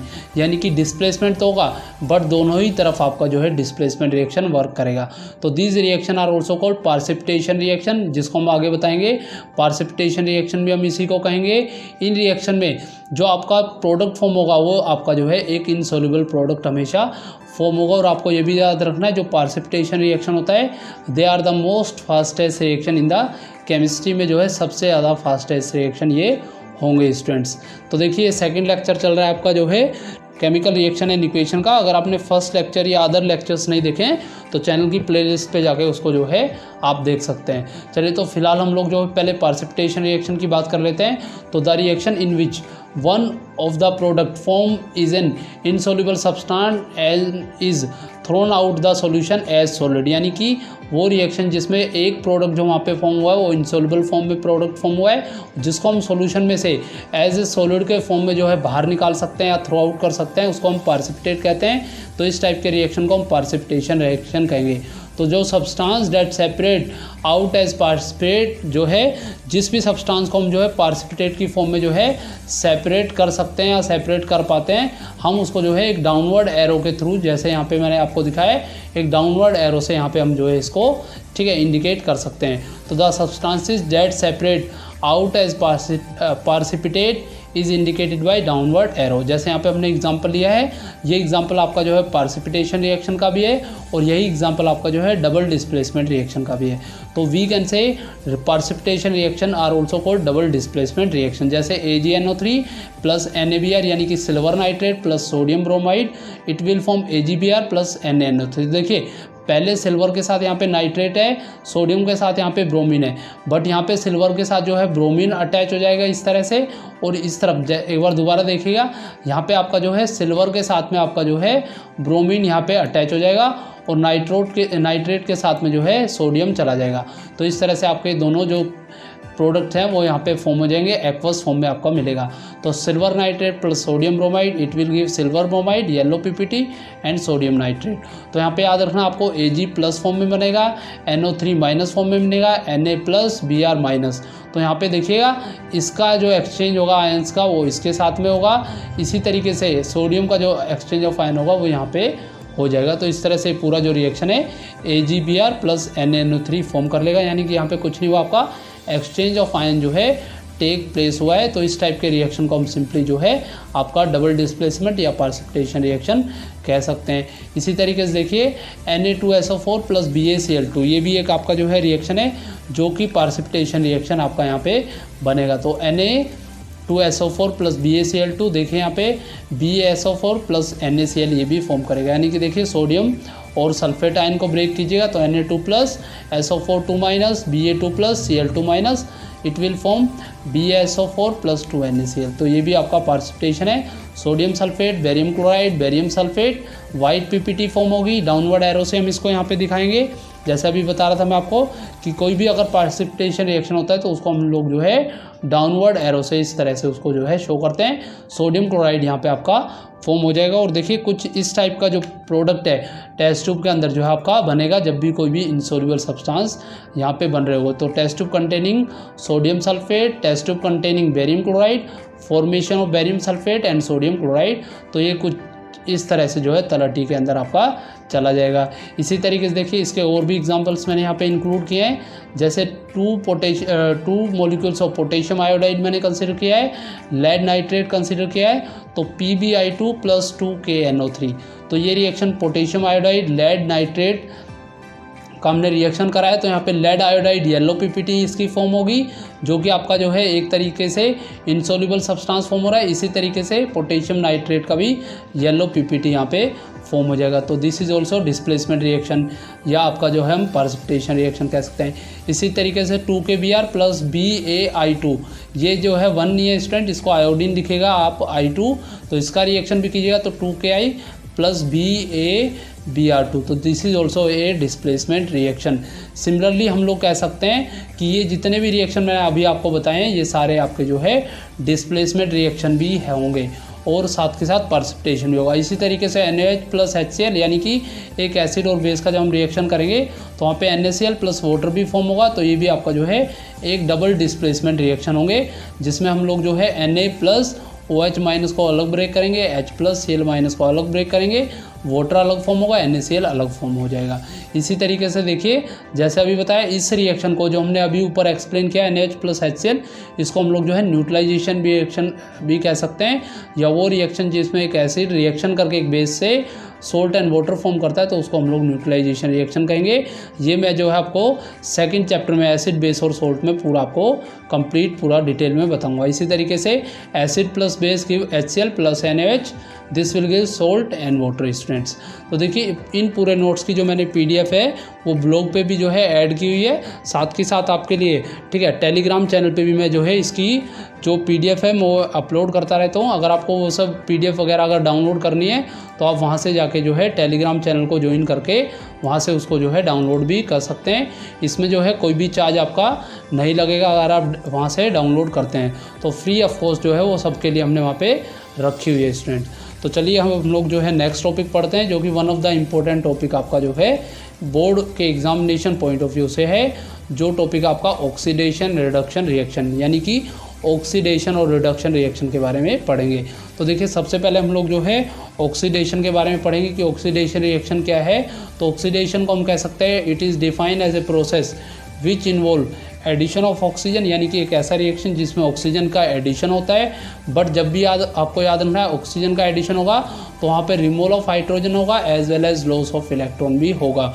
Hydrogen का रिमूवल को हम लोग अभी यहाँ पे मान के चल रहे हैं कि लॉस ऑफ इलेक्ट्रॉन से उसको कंपेयर कर रहे हैं। तो simply we can say oxidation is a process in which there is a addition of oxygen, removal of hydrogen and loss of electron. तो ऐसा कोई भी रिएक्शन जिसमें इनमें से कोई भी एक चीज़ हो रही हो तो हम उसको ऑक्सीडेशन कह सकते हैं। तो जहाँ पे देखिए जैसे मैंने यहाँ पे आपको बताया, ठीक है, मान लीजिए कॉपर का ऑक्सीडेशन ऑफ कॉपर हम कर रहे हैं तो वहाँ पे क्या होगा, ब्लैक कलर का कॉपर सल्फेट, यहाँ पे सॉरी कॉपर ऑक्साइड जो है वो फॉर्म हो जाएगा। इसके लिए हमें जो है इसको चाइना डिश में हीट करना पड़ेगा। तो यहाँ पे देखिए C+O2 गिव CO2, तो ये क्या है, कार्बन डाइऑक्साइड फॉर्म करेगा। ये भी आपका एडिशन रिएक्शन है। Mg+O2 2MgO, this is also oxidation reaction.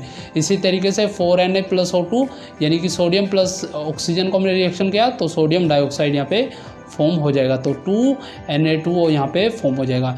इसी तरीके से देखिए मान लीजिए सोडियम को मान लीजिए जिंक हमारे पास जो है मेटल फॉर्म में, it will lose 2 electron and form Zn2+ plus 2 electron. तो देखिए 9th क्लास में आपने पढ़ा होगा, जब भी कोई मेटल इलेक्ट्रॉन लूज करता है तो उस पर जो चार्ज आएगा वो आपका जो है प्लस चार्ज आता है, क्योंकि यहाँ पे नंबर ऑफ प्रोटॉन्स जो है वो इलेक्ट्रॉन से ज़्यादा हो जाता है, क्योंकि 2 इलेक्ट्रॉन तो कम कर दिया इसने, तो प्रोटॉन बढ़ गया, तो zinc will form Zn2+ 2 electron minus, this is also a oxidation reaction. इसी तरीके से देखिए ऑक्सीडेशन के बहुत सारे एग्जाम्पल आप लिख सकते हैं, बट अभी के लिए आप सिंपली इतना समझ लीजिएगा, addition of oxygen, removal of hydrogen, loss of electron, वो मैंने यहाँ पे पूरा आपका जो है बता दिया है। ये सारे आपके जो है ऑक्सीडेशन रिएक्शन होंगे। इसी तरीके से देखिए आपका एक रिडक्शन रिएक्शन होगा। It is defined as a process which involve there is gain of hydrogen, यहाँ पे हाइड्रोजन का गेन होगा, रिमूवल होगा ऑक्सीजन का, और गेन ऑफ इलेक्ट्रॉन भी होगा। जैसे मान लीजिए सोडियम प्लस H2 हमने रिएक्शन किया तो 2NH यहाँ पे जो है फॉर्म होगा, तो यहाँ पे आपका हाइड्रोजन ऐड हो चुका है, तो एक रिडक्शन रिएक्शन है। इसी तरीके से कॉपर ऑक्साइड को हमने हाइड्रोजन से रिएक्शन किया तो देखिए हाइड्रोजन ऐड हो रहा है, ऑक्सीजन हट रहा है, तो कॉपर प्लस H2 यहाँ पे फॉर्म हो जाएगा, ये आपका जो है एक रिडक्शन रिएक्शन होगा। इसी तरीके से Zn2+ में जब 2 इलेक्ट्रॉन हम लोग ऐड करेंगे तो ये जो है जिंक फॉर्म कर लेगा, क्योंकि यहाँ पे जो है गेन ऑफ इलेक्ट्रॉन यहाँ पे आपका हुआ है। तो ये सारे आपके जो रिएक्शंस है they all are reduction reactions. तो याद रखना है आपको, रिडक्शन का मतलब क्या होता है, आपका gain of hydrogen, removal of oxygen and gain of electron. बाकी एग्जांपल्स आप यहाँ से भी बना सकते हैं। इसी तरीके से देखिए redox reaction, those reaction in which oxidation reduction take place simultaneously, यानी कि वो रिएक्शन जिसमें ऑक्सीडेशन और रिडक्शन जो है एक साथ होता है, ऐसे रिएक्शन को हम लोग जो है रिडॉक्स रिएक्शन कहते हैं। इस रिडॉक्स रिएक्शन को हम जो है 2 पार्ट में डिवाइड कर सकते हैं, रिडक्शन प्लस ऑक्सीडेशन में हम इसको जो है तोड़ सकते हैं, जिसमें आपका जो रिडक्शन है वो जो है आपका रिडॉक्स के लिए वर्ड आएगा, रिडक्शन आपके लिए किसके लिए आएगा, रिडॉक्स के लिए हम लोग जो है रिडक्शन यूज़ करेंगे, और ऑक्स वर्ड जो है वो हम लोग जो है ऑक्सीडेशन के लिए यूज़ करेंगे। तो इस तरह से आपका जो है रिडॉक्स रिएक्शन हो जाएगा, यानी कि सिंपली हम कह सकते हैं Dooj reaction in which oxidation reduction take place simultaneously is called redox reaction. इसको भी देखिए एग्जाम्पल से बता देते हैं हम लोग, काफ़ी इंपॉर्टेंट जो है एग्जाम में कई बार पूछ लिया जाता है। कोई भी रिएक्शन देखिए कौन सा सब्सटेंस जो है आपका ऑक्सीडाइज हुआ है, कौन सा सब्सटेंस आपका जो है रिड्यूस हुआ है, इस टाइप का क्वेश्चन भी एग्जाम में देखने को मिलता है। तो दूसरी reaction in which oxidation reduction होगा स्टूडेंट, वो आपका सिंपली रिडॉक्स रिएक्शन होगा। जैसे देखिए कॉपर ऑक्साइड, यहाँ पे जो है इसका रिडक्शन हुआ है, इट विल फॉर्म कॉपर। तो देखिए पहले ऑक्सीजन था, अब प्रोडक्ट में ऑक्सीजन नहीं है, तो यहाँ पे क्या हुआ, आपका रिडक्शन हुआ है। इसी तरीके से हाइड्रोजन ने जो है ऑक्सीजन को गेन कर लिया, तो ये सिंपली आपका जो है ऑक्सीडेशन हो जाएगा। इसी तरीके से ZnO+C यानी कि जिंक ऑक्साइड को कार्बन से रिएक्शन किया, तो यहाँ पे देखिए ऑक्सीजन है जिंक के साथ में, बट यहाँ पे नहीं है, तो ये क्या हुआ आपका रिडक्शन रिएक्शन। और कॉपर में ऑक्सीजन जुड़ गया तो कॉपर ऑक्साइड बन गया या कार्बन मोनोऑक्साइड यहाँ पे, ठीक है, सॉरी कॉपर नहीं है स्टूडेंट, ये कार्बन है, तो कार्बन मोनोऑक्साइड गैस यहाँ पे फॉर्म हो जाएगी, तो ये आपका जो है ऑक्सीडेशन हो जाएगा। तो ZnO+C Zn+CO, तो एक आपका रिडक्शन हुआ, एक आपका ऑक्सीडेशन, तो ये पूरा रिएक्शन क्या हो गया आपका रिडॉक्स रिएक्शन। इसी तरीके से H2S + Cl2, H2S में देखिए यहाँ पे आपका हाइड्रोजन यहाँ पे से सल्फर के अंदर जो है रिमूव हो रहा है, तो ये आपका क्या होगा ऑक्सीडेशन, और क्लोरीन के अंदर हाइड्रोजन ऐड हो रहा है, तो ये आपका क्या होगा रिडक्शन रिएक्शन जो है बन जाएगा। इसी तरीके से कुछ और एग्जांपल हम लोग बना सकते हैं। देखिए इसी तरीके से magnesium oxide + 4HCl give MnCl2 + Cl2 + H2O। तो यहाँ पे देखिए मैग्नीशियम ऑक्साइड के अंदर पहले ऑक्सीजन है, बट MnCl2 जब फॉर्म हो रहा है तो यहाँ पे ऑक्सीजन नहीं है, तो ये पूरा का पूरा रिएक्शन क्या हो गया आपका रिडक्शन रिएक्शन हो गया।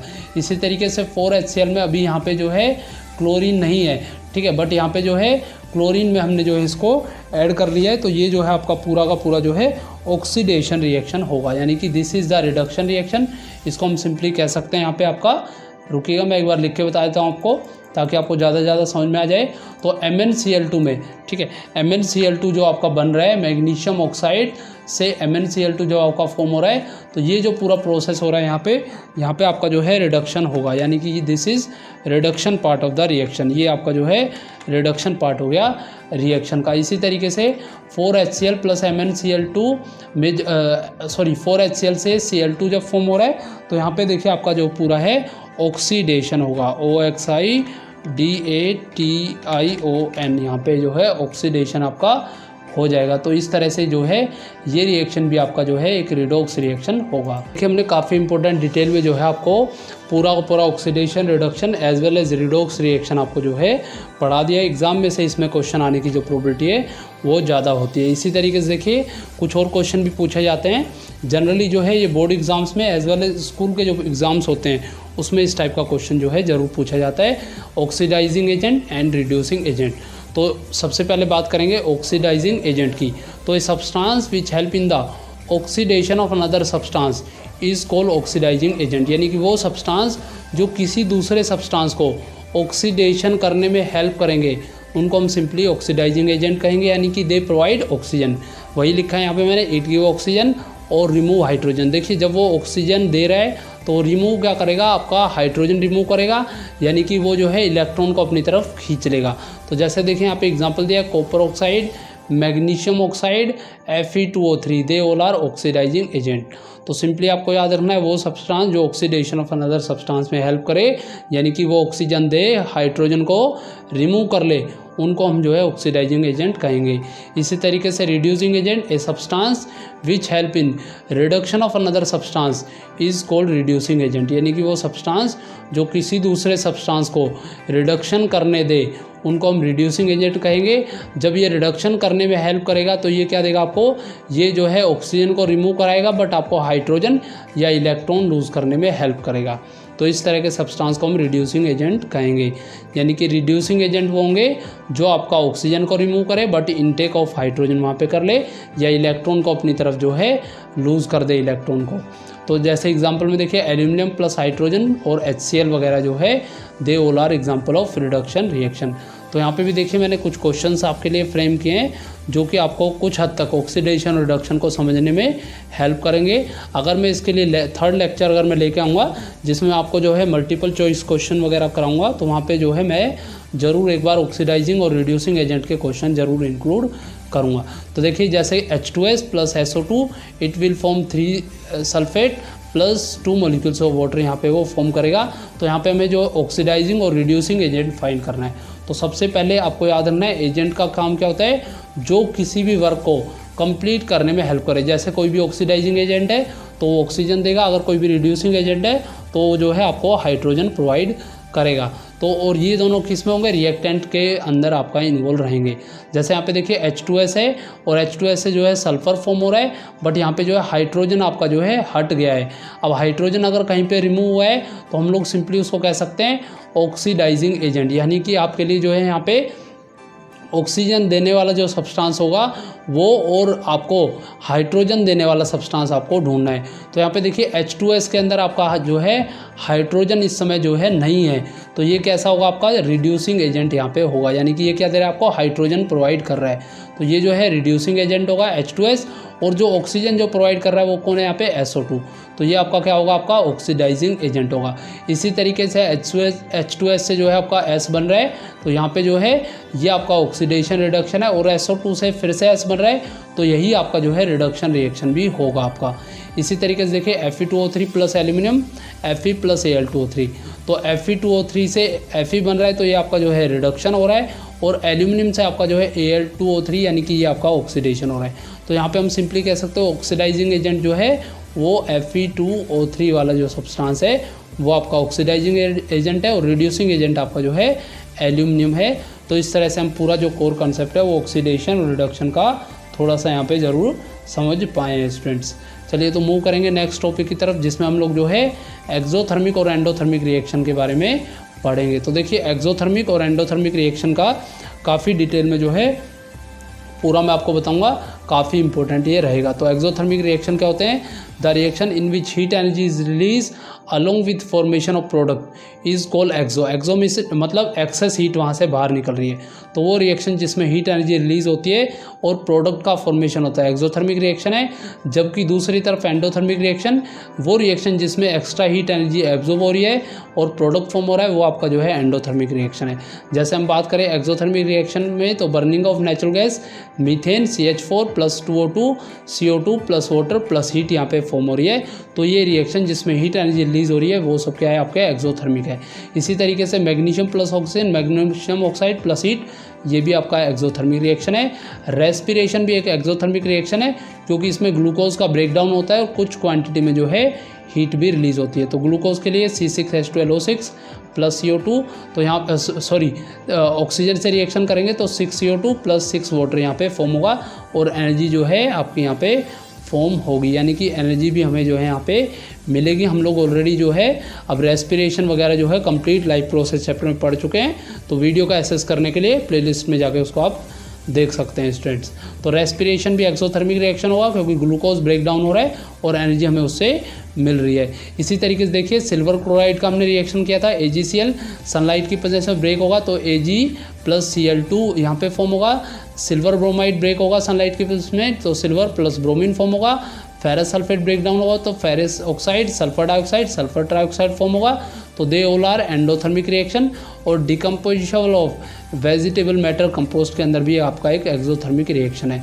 तो ये भी आपको याद रखना है, एक्सोथर्मिक एंडोथर्मिक रिएक्शन NCERT में पूरा जो है इसको मेंशन किया हुआ है इसी तरीके से। चलिए तो मूव करेंगे हम लोग next topic, effect of oxidation in our daily life. तो देखिए डेली लाइफ में काफ़ी जो इफेक्ट्स है वो हमारे जो है ऑक्सीडेशन से एग्जाम में पूछे जाते हैं। तो there are number of oxidation reaction taking place around us and which effect on our daily life. तो कुछ को जो है यहाँ पे हमने जो है एक्सप्लेन किया है, जबकि कुछ ऑक्सीडेशन रिएक्शन हमारे लिए बेनिफिशियल होते हैं, जबकि कुछ जो है हार्मफुल भी हो सकते हैं। जैसे हम लोग बात करें सबसे पहले कोरोजन की, तो कोरोजन आप लोगों ने पढ़ा होगा या चैप्टर 3 में आप लोग डिटेल में पढ़ोगे, तो वो फिनोमिना जिसकी वजह से मेटल जो है स्लोली जो है ईटन अवे आ जाता है bye the reaction of air, water and chemicals, इसको हम लोग जो है कोरोजन कह सकते हैं। यानी कि मेटल की जो अपर सरफेस है वो धीरे धीरे जब कोरोड हो जाती है तो उसको हम लोग सिंपली कोरोजन कह सकते हैं। ऐसा किस वजह से होगा? एयर में रिएक्शन करने से, वाटर की प्रेजेंस में, और कुछ केमिकल जैसे हाइड्रोजन सल्फाइड वगैरह होते हैं, तो इसकी वजह से जो है एटमॉस्फेयर में कोरोजन होगा। तो सिंपली हम कह सकते हैं the phenomena due to which metals are slowly eaten away by the reaction of air, water, chemicals present in atmosphere is called corrosion. जैसे आप लोगों ने पढ़ा हुआ रस्टिंग ऑफ आयरन, तो कोरोजन ऑफ आयरन को ही हम लोग जो है जनरली रस्टिंग कहते हैं। इसमें आपका जो आयरन है वो ऑक्सीजन से और 2 टाइम्स ठीक है X मॉलिक्यूल्स ऑफ वाटर से जो है रिएक्शन करता है, और यहाँ पे जो आपका रिएक्शन होगा वो Fe2O3 + XH2O या XH2O जो है फॉर्म होता है, जिसको हम लोग जो है रस्ट का फॉर्मूला भी कहते हैं। तो ये भी एग्जाम में पूछा हुआ है कि रस्ट कैसे फॉर्म होती है। रस्ट के फॉर्मेशन के लिए गैसेस भी पूछी जाती है, तो याद रखना है रस्ट के फॉर्मेशन के लिए कार्बन डाइऑक्साइड गैस होना जरूरी है, ओनली ऑक्सीजन का होना जरूरी है। तो 2Fe + 3O2 X molecules of water, तो Fe2O3 2XH2O यहाँ पे जो है 2FeO3 X वाटर मॉलिक्यूल जो है यहाँ पे फॉर्म होगा, और ये जो है आपका रस्ट का फॉर्मूला पूरा यहाँ पे बन जाएगा। इसी तरीके से जो आपका जो आयरन के आर्टिकल्स होंगे उनकी जो सरफेस है उस पे जो है ब्राउन कलर आ जाएगा, जो कि आपका रस्ट का होगा। इसी तरीके से ग्रीन लेयर फॉर्म हो सकती है आपका जो है कॉपर के ऊपर, ये भी रस्टिंग की वजह से होती है। तो देखिए copper object lose their lustre और shine after some time and develop a green coating of basic copper carbonate. तो इसके लिए देखिए कॉपर कार्बन डाइऑक्साइड से, ऑक्सीजन से और वाटर से रिएक्शन करेगा और बेसिक कॉपर कार्बोनेट फॉर्म करेगा, जिसके ऊपर जो है ग्रीन कोटिंग उसके ऊपर आ जाएगी। तो इसका फॉर्मूला बनता है CO3 CuOH whole twice. This is nothing but basic copper carbonate. Chapter 3 में पूरा डिटेल में बताऊंगा। ऐसा किस वजह से हुआ है? क्योंकि जो है कॉपर ने कार्बन डाइऑक्साइड, ऑक्सीजन और वाटर से रिएक्शन करके बेसिक कॉपर कार्बोनेट यहाँ पे फॉर्म कर लिया है। इसी तरीके से आपका जो है टर्निशिंग ऑफ सिल्वर सरफेस हो सकता है, यानी कि the surface of silver metal get tarnish on expose to air. जो सरफेस होती है इस तरह के ऑब्जेक्ट की, उनके ऊपर एक ब्लैक कोटिंग आ जाती है सिल्वर सल्फाइड की, क्योंकि वो रिएक्शन करते हैं आपका हाइड्रोजन सल्फाइड गैस से, जो कि एयर के अंदर प्रेजेंट होती है। तो 2Ag plus H2S, it will form Ag2S and hydrogen जो है ये फॉर्म कर लेगा। तो सिल्वर सल्फाइड की जो सरफेस है वो पूरी की पूरी जो है ब्लैक कलर से जो है कवर हो जाएगी, उस पर कोटिंग आ जाएगी। तो आपने देखा होगा चांदी के जो बर्तन होते हैं उसके ऊपर धीरे धीरे जब वो एयर के अंदर जब वो हाइड्रोजन डाइसल्फाइड गैस से जब रिएक्शन करेगा तो वो जो है ब्लैक कलर के हो जाते हैं। तो इसी तरीके से देखिए जब मैं चैप्टर 3 में आपको पढ़ाऊंगा तो कुछ कंडीशन बताऊंगा कोरोजन की, जिसके लिए आपका जो है प्रेजेंस ऑफ एयर होना और प्रेजेंस ऑफ वाटर का होना ज़रूरी होगा, यानी कि ये दो कंडीशन होनी चाहिए। जैसे देखिए हमने यहाँ पे 3 टेस्ट ट्यूब कंसिडर करी है ABC, तो इसमें एयर भी है वाटर भी है, तो यहाँ पे रस्ट फॉर्म होगा। बट सेकंड केस में आपका एयर तो प्रेजेंट है, बट यहाँ पे जो है हमने एक ऑयल की एक लेयर यहाँ पे डेवलप कर दिया, यानी कि वाटर के अंदर ऑयल ऐड कर दिया है। तो बॉइल वाटर हमने जो है यहाँ पे बॉइल डिस्टिल्ड वाटर यूज़ किया है, तो उसमें जो है ये एयर में से गैसेस यहाँ पे डिजोल्व नहीं हो पाएगी, इसमें भी आपका जो है रस्टिंग नहीं होगा। इसी तरीके से सी टेस्ट ट्यूब में हमने जो है एनहाइड्रस कैल्शियम क्लोराइड रख दिया, तो यह जो है वाटर का एज ए ड्राइंग एजेंट की तरह वर्क करेगा, और जो गैस होगी ठीक है, या जो वाटर के अंदर जो मॉइस्चर होगा उसको एब्जॉर्ब कर लेगा, तो इसकी वजह से जो है ड्राई फॉर्म में एयर रहेगी। तो यहाँ पे भी आपका जो है कोई भी रस्टिंग नहीं हो पाएगी, यानी कि रस्टिंग के लिए आपका प्रेजेंस ऑफ एयर और प्रेजेंस ऑफ वाटर जो है होना ज़रूरी होगा, यानी कि ये कंडीशन ज़रूर सेटिस्फाई होनी चाहिए, तभी आपकी जो है रस्टिंग आपकी हो सकती है। चलिएगा इसी तरीके से हम लोग पढ़ेंगे डिसएडवांटेज ऑफ कोरोजन, यानी कि कोरोजन का जो है किस तरह से एडवांटेज या डिसएडवांटेज हो सकता है। तो देखिए corrosion cause damage to car bodies, ये आपको पता होगा जनरली जो कोरोजन का डैमेज ही ज़्यादा होता है, डिसएडवांटेज ही ज़्यादा होता है।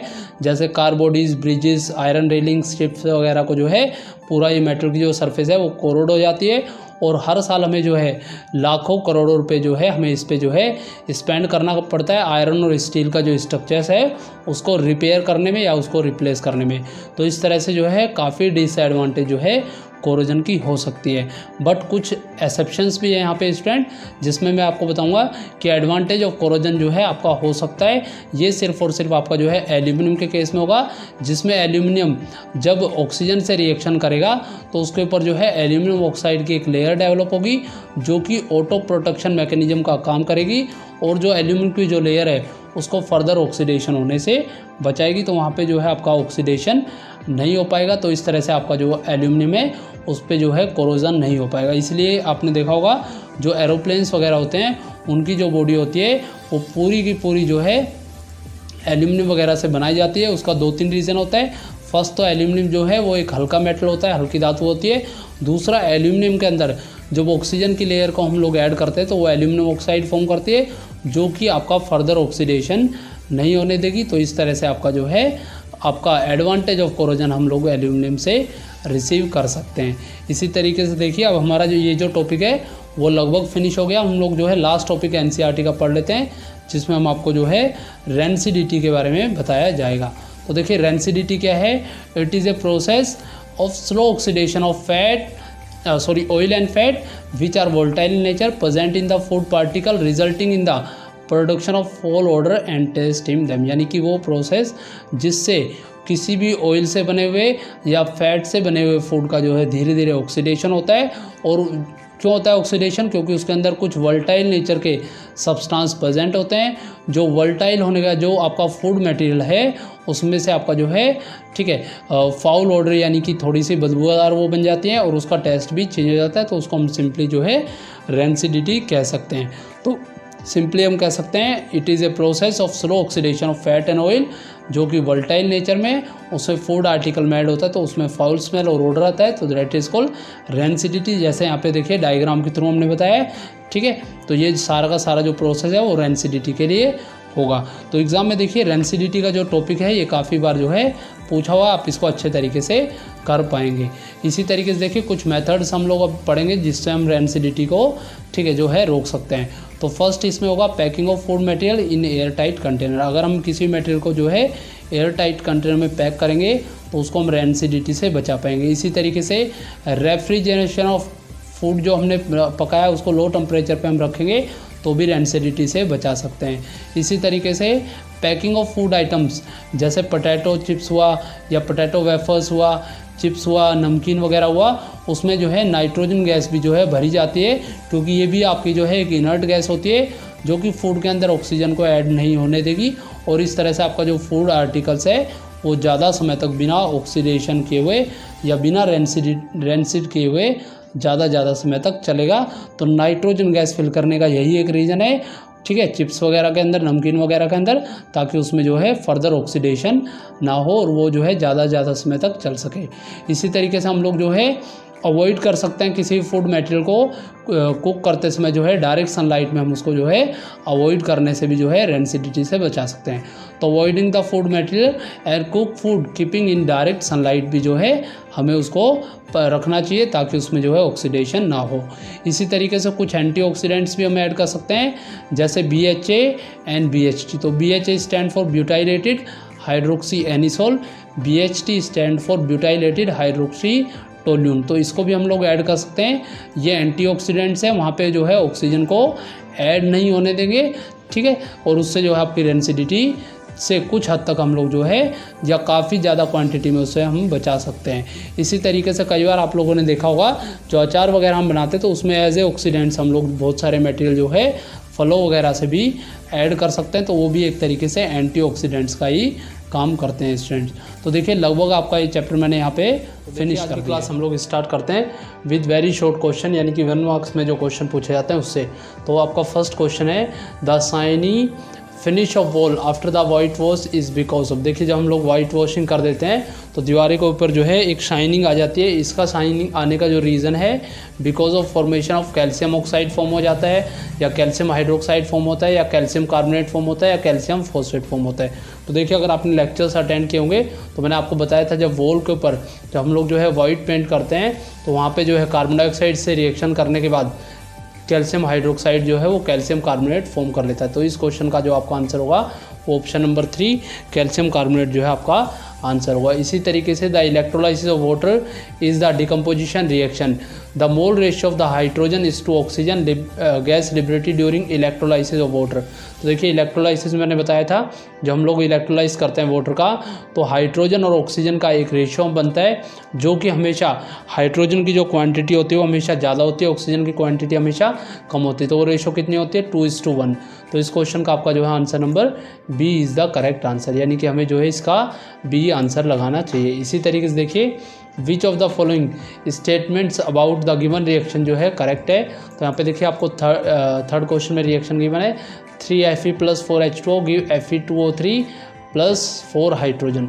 तो देखिए फर्स्ट ऑप्शन दिया आयरन मेटल जो है गेटिंग ऑक्साइड हो रहा है, water is getting reduce, water is acting as a oxidising agent and water is acting as a oxidising agent. तो यहाँ पे देखिए आपको आंसर्स जो है ए ऑप्शन में 1, 2 एंड 3 पेयर दिया है, बी ऑप्शन में 3rd and 4th, C option में 1, 2 एंड 4 एंड डी ऑप्शन में 2nd एंड 4th ऑप्शन आपको दिया हुआ है। तो देखिए यहाँ पे हमें जो है इस ऑप्शन को सबसे पहले जो है मैच करना पड़ेगा। तो देखिए हमने रिएक्शन जब डील किया था तो Fe + H2O Fe2O3 + हाइड्रोजन। तो यहाँ पे देखिए आयरन के अंदर जो है ऑक्सीजन ऐड हो रही है, यानी कि आयरन हमेशा जो है ये आपका ऑक्सीडाइज होगा। तो जिस भी ऑप्शन में आपका जो है 1 ऑप्शन होगा वो करेक्ट होगा। तो देखिए 1 आपका जो है 2 ऑप्शंस में यहाँ पे आपको जो है 1 शो किया हुआ है, यानी कि या तो ऑप्शन नंबर ए करेक्ट होगा या आपका ऑप्शन नंबर सी करेक्ट होगा। बाकी आप जो है बी और डी को यहाँ से एलिमिनेट कर दीजिएगा। तो इसका मतलब या तो फर्स्ट सही है या आपका जो है सेकंड आपका ऑप्शन ठीक है। इसी तरीके से देखिए सेकंड ऑप्शन हम लोग पढ़ते हैं वाटर इज़ गेटिंग रिड्यूस, यानी कि वाटर या तो रिड्यूस हो गया है, water is as a reducing agent. तो देखिए यहाँ से वाटर में से हाइड्रोजन जो है वो आपका एलिमिनेट हो गया, यानी कि एलिमिनेट हो रहा है तो वाटर जो है वो रिड्यूस हो रहा है, यानी कि आपका ऑप्शन नंबर 2 यहाँ पे करेक्ट होगा। अब देखिए दोनों ही ऑप्शन में आपको 2 गिवन है, यानी कि 1 और 2 आपका जो है दोनों में ही करेक्ट है। अब थर्ड में देखते देखिए वाटर एज ए रिड्यूस हुआ है, तो जो रिड्यूस होता है उसको हम लोग क्या बोलते हैं ऑक्सीडाइजिंग एजेंट कहते हैं।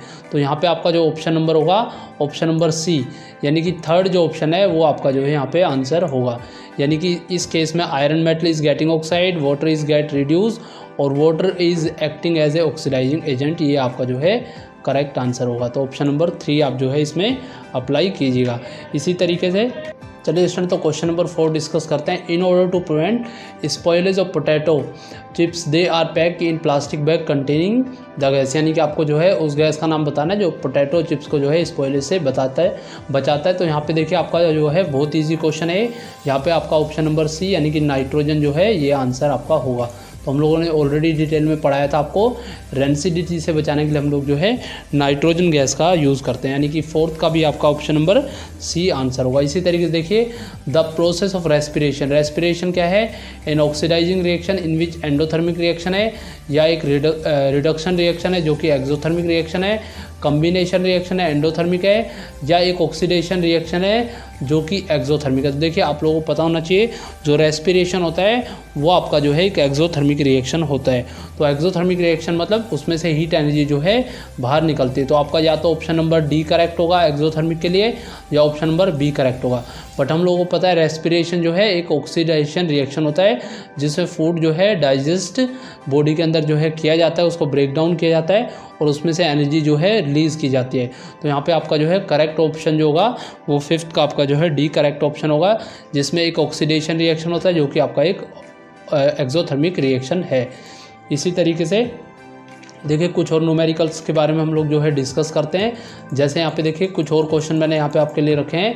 When aqueous solution of sodium sulphate and barium chloride are mix together, जब एक सोडियम सल्फेट और बेरियम क्लोराइड के मिक्सचर को हम लोग मिक्स करते हैं तो ये क्या हो जाता है, इसमें टर्न्स रेड, फॉर्म में white PPT, become yellow PPT, become colourless. तो ये सारे क्वेश्चन आपके जो है प्रैक्टिस बेस या प्रैक्टिकल बेस क्वेश्चन है। तो यहाँ पे देखिए आप इसको जो है लैब में जब आप लोग एक्सपेरिमेंट करोगे तो वहाँ पे इसको जो है आप डिटेल में देखोगे। तो जैसे हम लोग जो है सोडियम सल्फेट और बेरियम क्लोराइड को रिएक्शन कराएंगे तो ये जो है दोनों रिएक्शन करने के बाद एक वाइट पीपीटी फॉर्म करेगा, यानी कि एक पार्सिपिटेशन रिएक्शन हो जाएगा। इसी तरीके से colour of ferrous sulphate crystal, जो आपका फेरस सल्फेट क्रिस्टल होता है उसका कलर कैसा होता है, येलो होगा, लाइट ग्रीन होगा, रेड होगा या ब्राउन होगा। तो इसका जो कलर होगा वो आपका जो है लाइट ग्रीन कलर जो है फेरस सल्फेट क्रिस्टल का होता है। इसी तरीके से a student took solid quicklime in a china dish and add a small amount of water to it, he would hear. तो क्या उसको सुनाई देगा, एक पॉप साउंड सुनाई देगी, क्रैकलिंग साउंड सुनाई देगी, हिजिंग साउंड सुनाई देगी, या कोई भी साउंड सुनाई नहीं देगी। तो जो आप लैब में इसका एक्सपेरिमेंट करोगे तो वहाँ पे आप जो है हिसिंग साउंड जो कि आपको जो है वहाँ पे सुनाई देगी, ये आप जो है महसूस कर सकते हो। चलिए इसी तरीके से नेक्स्ट क्वेश्चन है, when iron nail is place in copper sulphate solution the observation are as follows, the solution turns light green, a brown deposit is form on the nail, both. यहाँ पे देखिए यहाँ पे बोथ लिखिएगा, इसको ये bone हो गया है, यहाँ पे इसको जो है आप बोथ लिख दीजिएगा। तो बोथ ए एंड बी ये दोनों करेक्ट है, या नन ऑफ द अबव यहाँ पे करेक्ट होगा। तो यहाँ पे देखिए एक सॉल्यूशन है जो कि हमने जो है आयरन नेल में रखा है, तो टर्न्स लाइट भी हो जाती है, ब्राउन जो है डिपॉजिट नेल के ऊपर भी आ जाता है। यहाँ पे जो है आपका ऑप्शन नंबर सी करेक्ट होगा, यानी कि ये दोनों के दोनों ही ऑप्शन ए और ऑप्शन बी जो है ये करेक्ट है। तो यहाँ पे आपका जो है ऑप्शन नंबर सी करेक्ट होगा स्टूडेंट्स। तो चलिए आगे बढ़ते हैं। अब हम लोग जो है केमिकल रिएक्शन एंड इक्वेशंस के कुछ और मल्टीपल चॉइस क्वेश्चन जो हम लोग डिस्कस कर लेते हैं। तो इसमें देखिए आपको क्वेश्चन दिया है, which of the following is not a physical change, यानी कि इसमें से कौन सा जो है एक फिजिकल चेंज नहीं है। Boiling of water to give water vapour, melting of ice to give water, dissolution of salt in water, combustion of LPG यानी कि लिक्विफाइड पेट्रोलियम गैस। तो इनमें से बताना आपको कौन सा फिजिकल रिएक्शन नहीं है। तो देखिए सबसे पहले हमें पता है अगर हम लोग वाटर को बॉईल करते हैं ताकि उसको वाटर फॉर्म में कन्वर्ट हो जाए तो वो आपका एक फिजिकल चेंज होता है। मेल्टिंग ऑफ आइस पे वाटर में कन्वर्ट होती है तो फिजिकल चेंज होता है। Dissolution of salt in water भी आपका जो है फिजिकल चेंज है। But combination of liquefied petroleum gas का जो है कम्बिनेशन नहीं है, कम्बशन जो होता है वो आपका जो है केमिकल रिएक्शन होता है। तो यहाँ पे आपका जो है ऑप्शन नंबर डी आपका जो है सबसे करेक्ट होगा, यानी कम्बशन ऑफ एलपीजी जो है ये आपका एक केमिकल रिएक्शन है। इसी तरीके से the following reaction is a example of 4NH3 + 5O2 4 nitrogen dioxide + 6 H2O। तो देखिए आपको बताना है किस टाइप का रिएक्शन है, एक डिस्प्लेसमेंट रिएक्शन है, कम्बिनेशन रिएक्शन है, रिडॉक्स रिएक्शन है या न्यूट्रलाइजेशन रिएक्शन है। तो यहाँ पे भी देखिए अमोनिया के अंदर हमने जो है ऑक्सीजन ऐड किया है तो नाइट्रोजन डाइऑक्साइड और वाटर यहाँ पे फॉर्म हो रहा है। तो हम सबसे पहले इसको जो है चेक करते हैं कि ये किस ऑप्शन से जो है मैच होगा। तो यहाँ पे एक बार चेक कर लीजिए आप लोग ऑप्शंस को। सबसे पहले देखिए अमोनिया और ऑक्सीजन है, तो यहाँ पे देखिए ऑक्सीजन इस तरफ रिप्लेस हो गया और आपका जो है वाटर बन गया, यानी कि ये जो है एक डिस्प्लेसमेंट रिएक्शन भी हुआ है। इसी तरीके से देखिए ये जो रिएक्शन है इसमें एक तरफ तो आपका जो है ऑक्सीडेशन हो रहा है और एक तरफ आपका जो है रिडक्शन हो रहा है। तो यानी कि फर्स्ट ऑप्शन करेक्ट है और ऑप्शन नंबर 3 करेक्ट है। तो फर्स्ट और 3 किस ऑप्शन में है, तो फर्स्ट और 3 आपका जो है ऑप्शन नंबर बी में करेक्ट है। ठीक है, ये देखिए ऑप्शन नंबर सी में आपका जो है फर्स्ट एंड थर्ड करेक्ट है। तो यहाँ पे आपका जो ऑप्शन होगा वो फर्स्ट एंड थर्ड होगा। देखिए ऑप्शन नंबर 4 आपको न्यूट्रलाइजेशन दिया है, तो ये आपका जो है करेक्ट नहीं है, तो आपका ए और डी ऑप्शन एलिमिनेट हो जाएगा। और सेकंड और थर्ड यानी कम्बिनेशन रिएक्शन ये नहीं है, क्योंकि यहाँ पे 2 से ज़्यादा प्रोडक्ट आपका यहाँ पे बन रहा है। तो इस तरह से हम कह सकते हैं फर्स्ट एंड थर्ड जो है आपका सबसे करेक्ट आंसर होगा इस क्वेश्चन का, यानी कि ये एक डिस्प्लेसमेंट रिएक्शन है एज वेल एज ये जो है एक रिडॉक्स रिएक्शन आपका यहाँ पे होगा। इसी तरीके से देखिए थर्ड क्वेश्चन है, आपको यहाँ पे थर्ड क्वेश्चन में आपको बताया है which of the following statement about the given reaction correct है, यानी कि इस रिएक्शन के बारे में कौन सी जो स्टेटमेंट्स हैं वो आपको जो है बतानी है करेक्ट होगी। तो देखिए फर्स्ट है Fe + H2O Fe3O4 + H2, तो iron metal is getting oxide. ये देखिए हमने फर्स्ट अभी ये क्वेश्चन जो है डिस्कस किया आप लोगों के लिए। Water is getting reduce, water is acting as a reducing agent, water is acting as an oxidizing agent. तो इससे प्रीवियस जो स्लाइड थी मैंने उसमें आपको बताया था इस क्वेश्चन का आंसर 1, 2 एंड 4, यानी कि आपका जो है ऑप्शन नंबर यहाँ पे आपका सी ऑप्शन जो है यहाँ पे आपका आंसर होगा। ये तीनों ही इसके लिए ठीक है। देखिए which of the following are exothermic process, यानी कि इसमें से जो है कौन सा जो रिएक्शन है वो आपका एक एक्सोथर्मिक रिएक्शन होगा। तो यहाँ पे भी देखिए reaction of water with quicklime, dilution of an acid, evaporation of water and sublimation of camphor crystal जो है इसमें से आपको जो है ऑप्शंस में से बताना है। और यहाँ पे भी आपको जो है आंसर्स पेयर में दिए हुए हैं। तो एक्सोथर्मिक रिएक्शन हमने बताया वो रिएक्शन जिसमें हीट एनर्जी जो है वो इवॉल्व होती है। तो आपको पता है जब हम लोग वाटर का रिएक्शन करते हैं क्विक लाइम से तो वो भी आपका जो है एक एक्सोथर्मिक रिएक्शन है।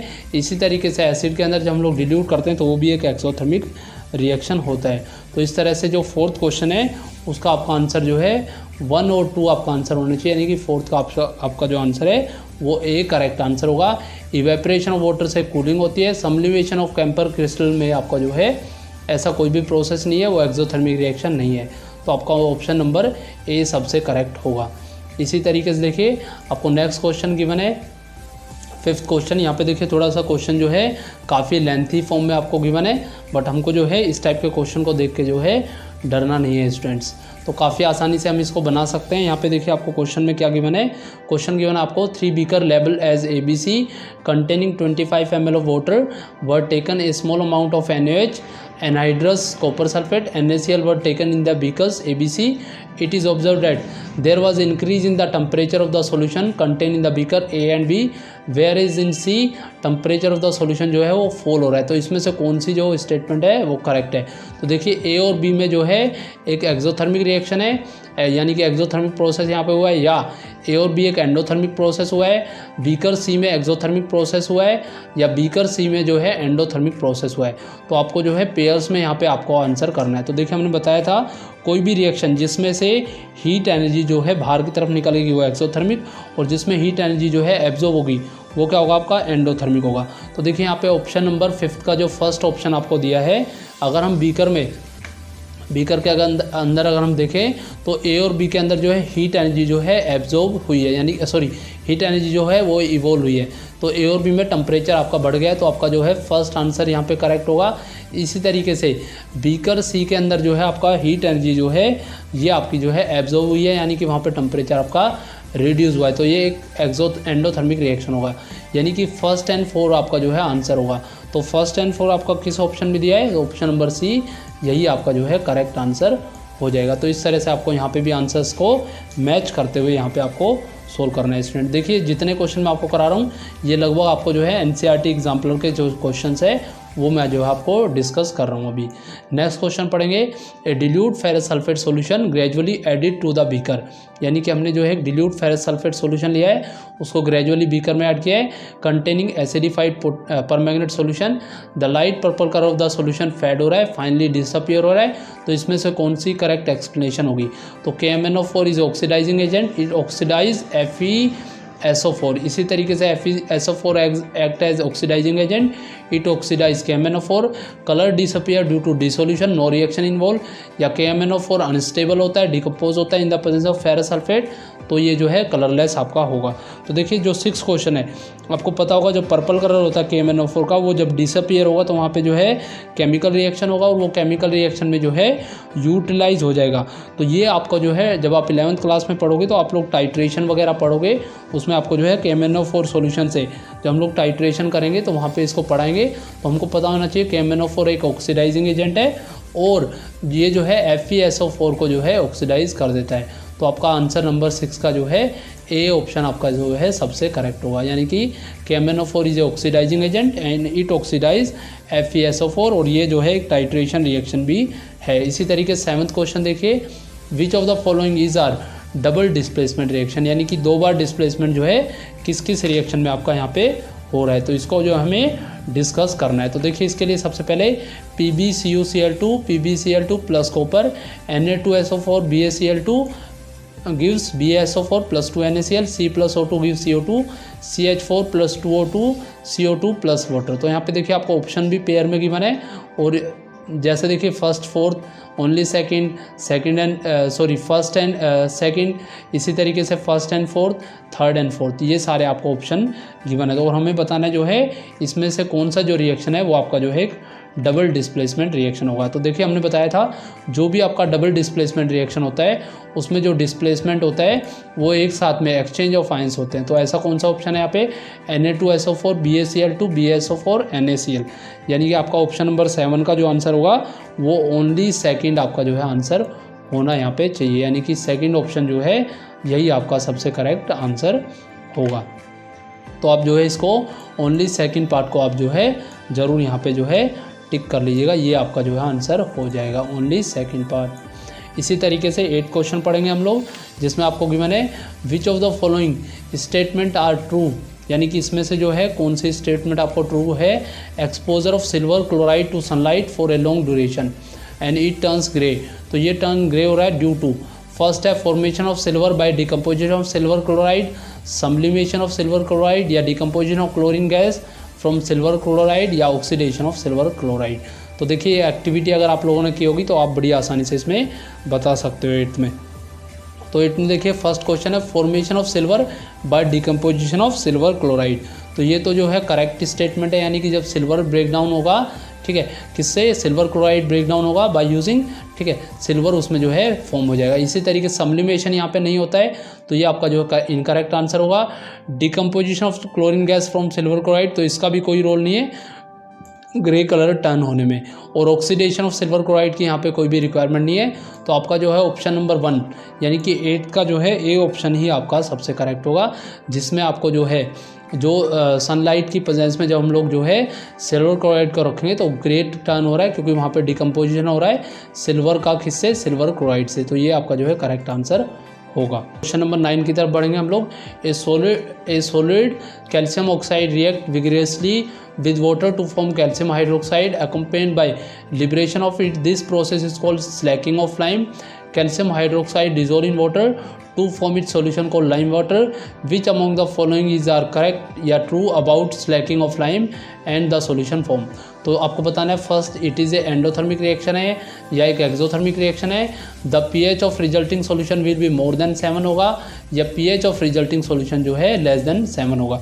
तो देखिए काफ़ी अच्छा जो क्वेश्चन है यहाँ पे जो है हमने यहाँ पे फॉर्म किया है। तो देखिए कैल्शियम ऑक्साइड जो होता है ये जब वाटर से रिएक्शन करेगा तो आपका जो है हीट एनर्जी हमेशा इवोल्व होती है, यानी कि ये एक आपका एक्सोथर्मिक रिएक्शन होगा ही होगा, यानी कि आपका ऑप्शन नंबर 2 यहाँ पे जो है ज़रूर होना चाहिए, यानी कि it is a exothermic reaction, ये आपका जो है ज़रूर होना चाहिए। अब देखिए 2 के साथ या तो फर्स्ट होगा या 2 के साथ जो है थर्ड ऑप्शन होगा, आपका सी ऑप्शन भी नहीं होगा, डी भी नहीं होगा। तो देखिए आपको पता है जो स्लैक लाइम होता है इसका जो pH है वो जो है अबोव 7 आना चाहिए, यानी कि जो है बेसिक होता है तो उसका pH जो है मोर देन 7 आना चाहिए। तो आपका जो 9th का आंसर होगा first and third will be the answer. तो फर्स्ट एंड थर्ड यानी कि ऑप्शन नंबर बी आपका जो है 9th का होना चाहिए, यानी कि ऑक्साइड और हाइड्रोक्साइड जो होते हैं जब ये रिएक्शन करेंगे तो मेटल जो है वो अल्कलाइन आएगा जिसमें pH की वैल्यू मोर देन 7 होगी। तो 7 pH से ऑप्शन नंबर 2 एंड 3 आपका जो है आंसर होगा। देखिए स्टूडेंट हम लोग जो है 10th क्वेश्चन डिस्कस करते हैं। Barium chloride on reacting with ammonium sulphate form से barium sulphate and ammonium chloride. तो देखिए which of the following correctly represent किया है इस टाइप के रिएक्शन को। तो हमने आपको बताया था इस टाइप का रिएक्शन जिसमें बेरियम क्लोराइड और अमोनियम सल्फेट रिएक्शन करते हैं तो ये जो है आपका पार्सिपिटेशन रिएक्शन होता है, डिस्प्लेसमेंट रिएक्शन नहीं होगा, कम्बिनेशन रिएक्शन नहीं होगा। और यहाँ पे देखिएगा एक ऑप्शन जो कि सबसे ज़्यादा आपको जो है परेशान करेगा डबल डिस्प्लेसमेंट रिएक्शन भी इसमें नहीं होगा। आप एक बार रिएक्शन को लिख के देखिएगा तो आपका जो है ऑप्शन नंबर सी यहाँ पे जो है करेक्ट आंसर होगा। तो 10th का ऑप्शन नंबर सी यानी कि ओनली 4th, यानी कि ये सिर्फ और सिर्फ एक पार्सिपिटेशन रिएक्शन होगा। इसी तरीके से देखिए 11th क्वेश्चन में इलेक्ट्रोलाइसिस ऑफ वाटर, ये अभी हमने डिस्कस किया था।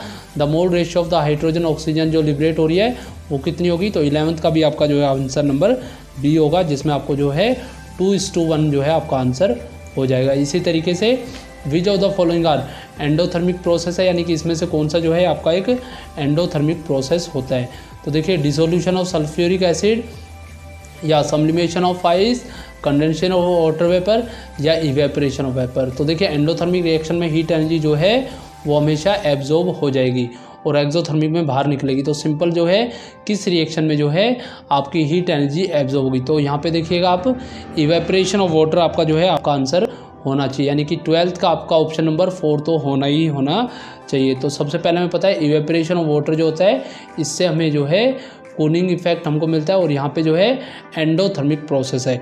इसी तरीके से देखिए डिसोल्यूशन ऑफ सल्फ्यूरिक एसिड तो एक एक्सोथर्मिक रिएक्शन है। सब्लिमेशन ऑफ ड्राई आइस भी आपका जो है एक एंडोथर्मिक रिएक्शन है। तो यहाँ पे आपका जो है ऑप्शन नंबर 2 एंड 4 के लिए हम लोग देखेंगे तो 12th का जो है डी आंसर यहाँ पे आपका करेक्ट हो जाएगा। जबकि कंडेंसेशन ऑफ वाटर वेपर जो है आपका एक एंडोथर्मिक रिएक्शन नहीं होगा। इसी तरीके से 13 क्वेश्चन डिस्कस करेंगे। In a double displacement reaction between aqueous potassium iodide, aqueous lead nitrate, yellow PPT of lead iodide is form while performing this activity. If lead nitrate is not available, then which of the following can be used in place of lead nitrate. तो देखिए ये भी थोड़ा सा जो है experiment based question आपको यहाँ पे गिवन है। कोई भी एक डबल डिस्प्लेसमेंट रिएक्शन हुआ है जिसमें aqueous solution of potassium iodide और लेड नाइट्रेट को रिएक्शन करके येलो पीपीटी लेड आयोडाइड की यूज़ करिए। जबकि अगर हमारे पास लेड नाइट्रेट अवेलेबल नहीं है तो हम जो है किसका यूज़ कर सकते हैं। तो यहाँ पे जो है आपका आंसर होगा ऑप्शन नंबर बी। ये थोड़ा सा एक्सपेरिमेंट बेस्ड क्वेश्चन है, यानी कि हम लोग चाहें तो लेड एसीटेट का यूज़ कर सकते हैं। अमोनियम नाइट्रेट नहीं यूज़ करेंगे, पोटेशियम सल्फेट भी नहीं यूज़ करेंगे। तो हमें जो है एक सोर्स ऑफ लेड की रिक्वायरमेंट होगी जो कि लेड आयोडाइड यहाँ पे फॉर्म कर सके, क्योंकि आपका जो प्रोडक्ट फॉर्म हो रहा है उसमें लेड आयोडाइड फॉर्म हो रहा है। तो हमें जो है एक लेड के प्रोडक्ट की ज़रूरत पड़ेगी।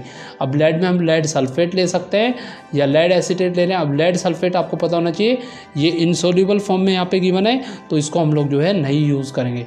तो ऑप्शन नंबर आपका जो है बी ऑप्शन आपका सबसे यहाँ पे करेक्ट होगा, यानी कि 13 का ऑप्शन नंबर बी, यहाँ पे हमें लेड एसीटेट यूज़ करना चाहिए। तो 14 देखेंगे, विच of the following gases can be use for storage of fresh sample of oil for a long time, यानी कि इसमें से कौन सा जो सॉल्यूशन है उसको हम लोग यूज़ करते हैं ताकि ऑयल जो है वो ज़्यादा टाइम तक जो है फ्रेश हो सके। स्टूडेंट्स होपफुली ये सब आपको समझ में आ रहा होगा स्टूडेंट, और काफ़ी इंपॉर्टेंट जो क्वेश्चन है ये आपके यहाँ पे रहेंगे। तो देखिए हम लोगों ने डिस्कस किया था अगर हमें रेंसिडिटी से किसी भी सॉल्यूशन को बचाना है तो हम लोग जो है इनर्ट एलिमेंट्स का यूज़ करते हैं।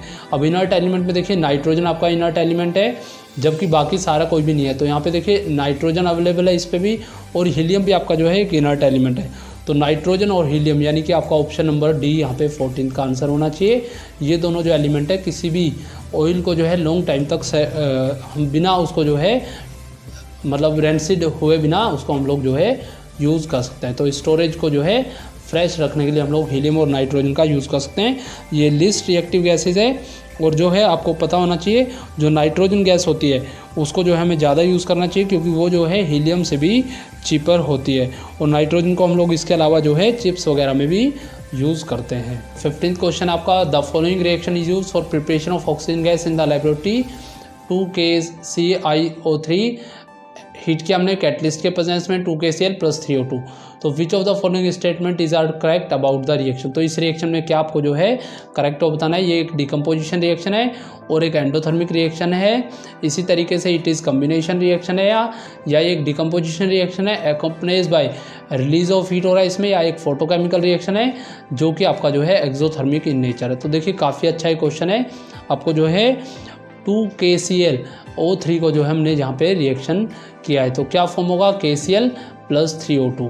तो यहाँ पे देखिए हीट आपको ऑलरेडी गिवन है, तो 15th का जो आंसर होगा उसमें हीट आपका जो है आंसर में होना चाहिए, यानी कि it is a endothermic reaction, यानी क्योंकि हम इसको जो है हीट प्रोवाइड कर रहे हैं तभी ये जो है ब्रेक हो रहा है।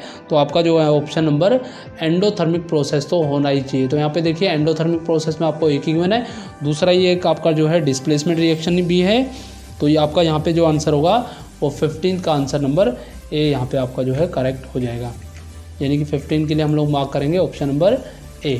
क्यों मार्क करेंगे? क्योंकि जैसे बताया पोटेशियम नाइट्रेट जो है वो डिकम्पोज होगा पोटेशियम क्लोराइड और ऑक्सीजन में, हैंस डिकम्पोजिशन रिएक्शन है, हीट हम इसको सप्लाई कर रहे हैं। तो ये जो है एंडोथर्मिक रिएक्शन भी है, क्योंकि इसमें से हीट बाहर नहीं निकल रही, हम खुद इसको जो है हीट प्रोवाइड कर रहे हैं। इसी तरीके से देखिए 16 क्वेश्चन आपको गिवन है, which of the following process involve chemical reaction, यानी कि इसमें से कौन से प्रोसेस में जो है केमिकल रिएक्शन होगा। Storing of oxygen, gas under the pressure in gas cylinder, liquefaction of air, keeping petrol in China dish, heating copper wire in the presence of high temperature. तो यहाँ पे भी आपका जो है ऑप्शन नंबर 16 देखिए, ये क्वेश्चन हम लोगों ने ऑलरेडी डिस्कस किया था। तो 16 का आप ऑप्शन नंबर डी यहाँ पे करेक्ट कीजिएगा, क्योंकि स्टोर करना जो है एक केमिकल रिएक्शन नहीं है, जबकि कॉपर वायर को एयर के अंदर जब हम लोग गर्म करेंगे तो उसमें जो है ब्लैक कलर का कॉपर ऑक्साइड फॉर्म होगा, यह आपका जो है केमिकल रिएक्शन होगा। तो 16 का भी आपका ऑप्शन नंबर डी होगा। देखिए 17 क्वेश्चन है, in which of the following chemical reaction the abbreviation represent the correct state of the reaction, reactant and product involve at the reaction temperature, यानी कि हम लोगों को अगर वाटर प्रिपरेशन करनी है तो हम लोग जो है इसमें से कौन सा जो है रिएक्शन आपका जो है करेक्ट होगा। तो हमें पता है हाइड्रोजन जो है वो गैसियस फॉर्म में होती है, ऑक्सीजन भी गैसियस फॉर्म में होते हैं, और जो वाटर फॉर्म होता है वो आपका जो है लिक्विड फॉर्म में फॉर्म होता है। तो यहाँ पे ऑप्शन नंबर सी आपका जो है करेक्ट होगा, यानी कि 17 का सी आपका आंसर करेक्ट होगा। इसी तरीके से देखिए 18 क्वेश्चन है, which of the following are combination reaction. तो कम्बिनेशन रिएक्शन क्या होता है, दो या दो से ज़्यादा रिएक्टेंट फॉर्म करके एक सिंगल प्रोडक्ट अगर कहीं पे भी बनता है तो ऐसे रिएक्शन को हम लोग जो है कम्बिनेशन रिएक्शंस कहते हैं। तो यहाँ पे देखिए आपको जो है कम्बिनेशन रिएक्शंस के लिए आपको ऑप्शंस गिवन है, जैसे KClO3 हीट किया KCl + 3O2, तो ये कम्बिनेशन ही है। MgO + H2O MgOH whole twice, ठीक है। यहाँ पे देखिए मैग्नीशियम को हमने जो है वाटर से रिएक्शन कराया तो मैग्नीशियम हाइड्रोक्साइड फॉर्म हो गया, एल्यूमिनियम को हमने रिएक्शन कराया तो यहाँ पे Al2O3 हो गया। तो यहाँ पे देखिए सेकंड क्वेश्चन में एक तो कॉम्बिनेशन बन रहा है, एक आपका ऑप्शन नंबर 3 में बन रहा है, जबकि डी में देखिए ये आपका जो है डिस्प्लेसमेंट रिएक्शन यहाँ पे हो रहा है। तो हम यहाँ पे सिंपली आंसर जो मार्क करेंगे वो सेकंड भी करेक्ट है एंड थर्ड भी करेक्ट है। तो सेकंड एंड थर्ड का जो पेयर है वही आपका ऑप्शन नंबर यहाँ पे करेक्ट होगा। तो सेकंड एंड थर्ड किसमें, ऑप्शन नंबर डी में, यही आपका जो है करेक्ट आंसर होगा स्टूडेंट्स। तो होपफुली स्टूडेंट आपको ये वीडियो समझ में आई होगी। अगर आपको वीडियो समझ में आई है तो चैनल को लाइक शेयर और सब्सक्राइब जरूर कीजिएगा, साथ में बेल आइकन को भी ज़रूर प्रेस कीजिएगा, जिससे मेरी नई वीडियो की नोटिफिकेशन आपको मिल सके स्टूडेंट। Thank you.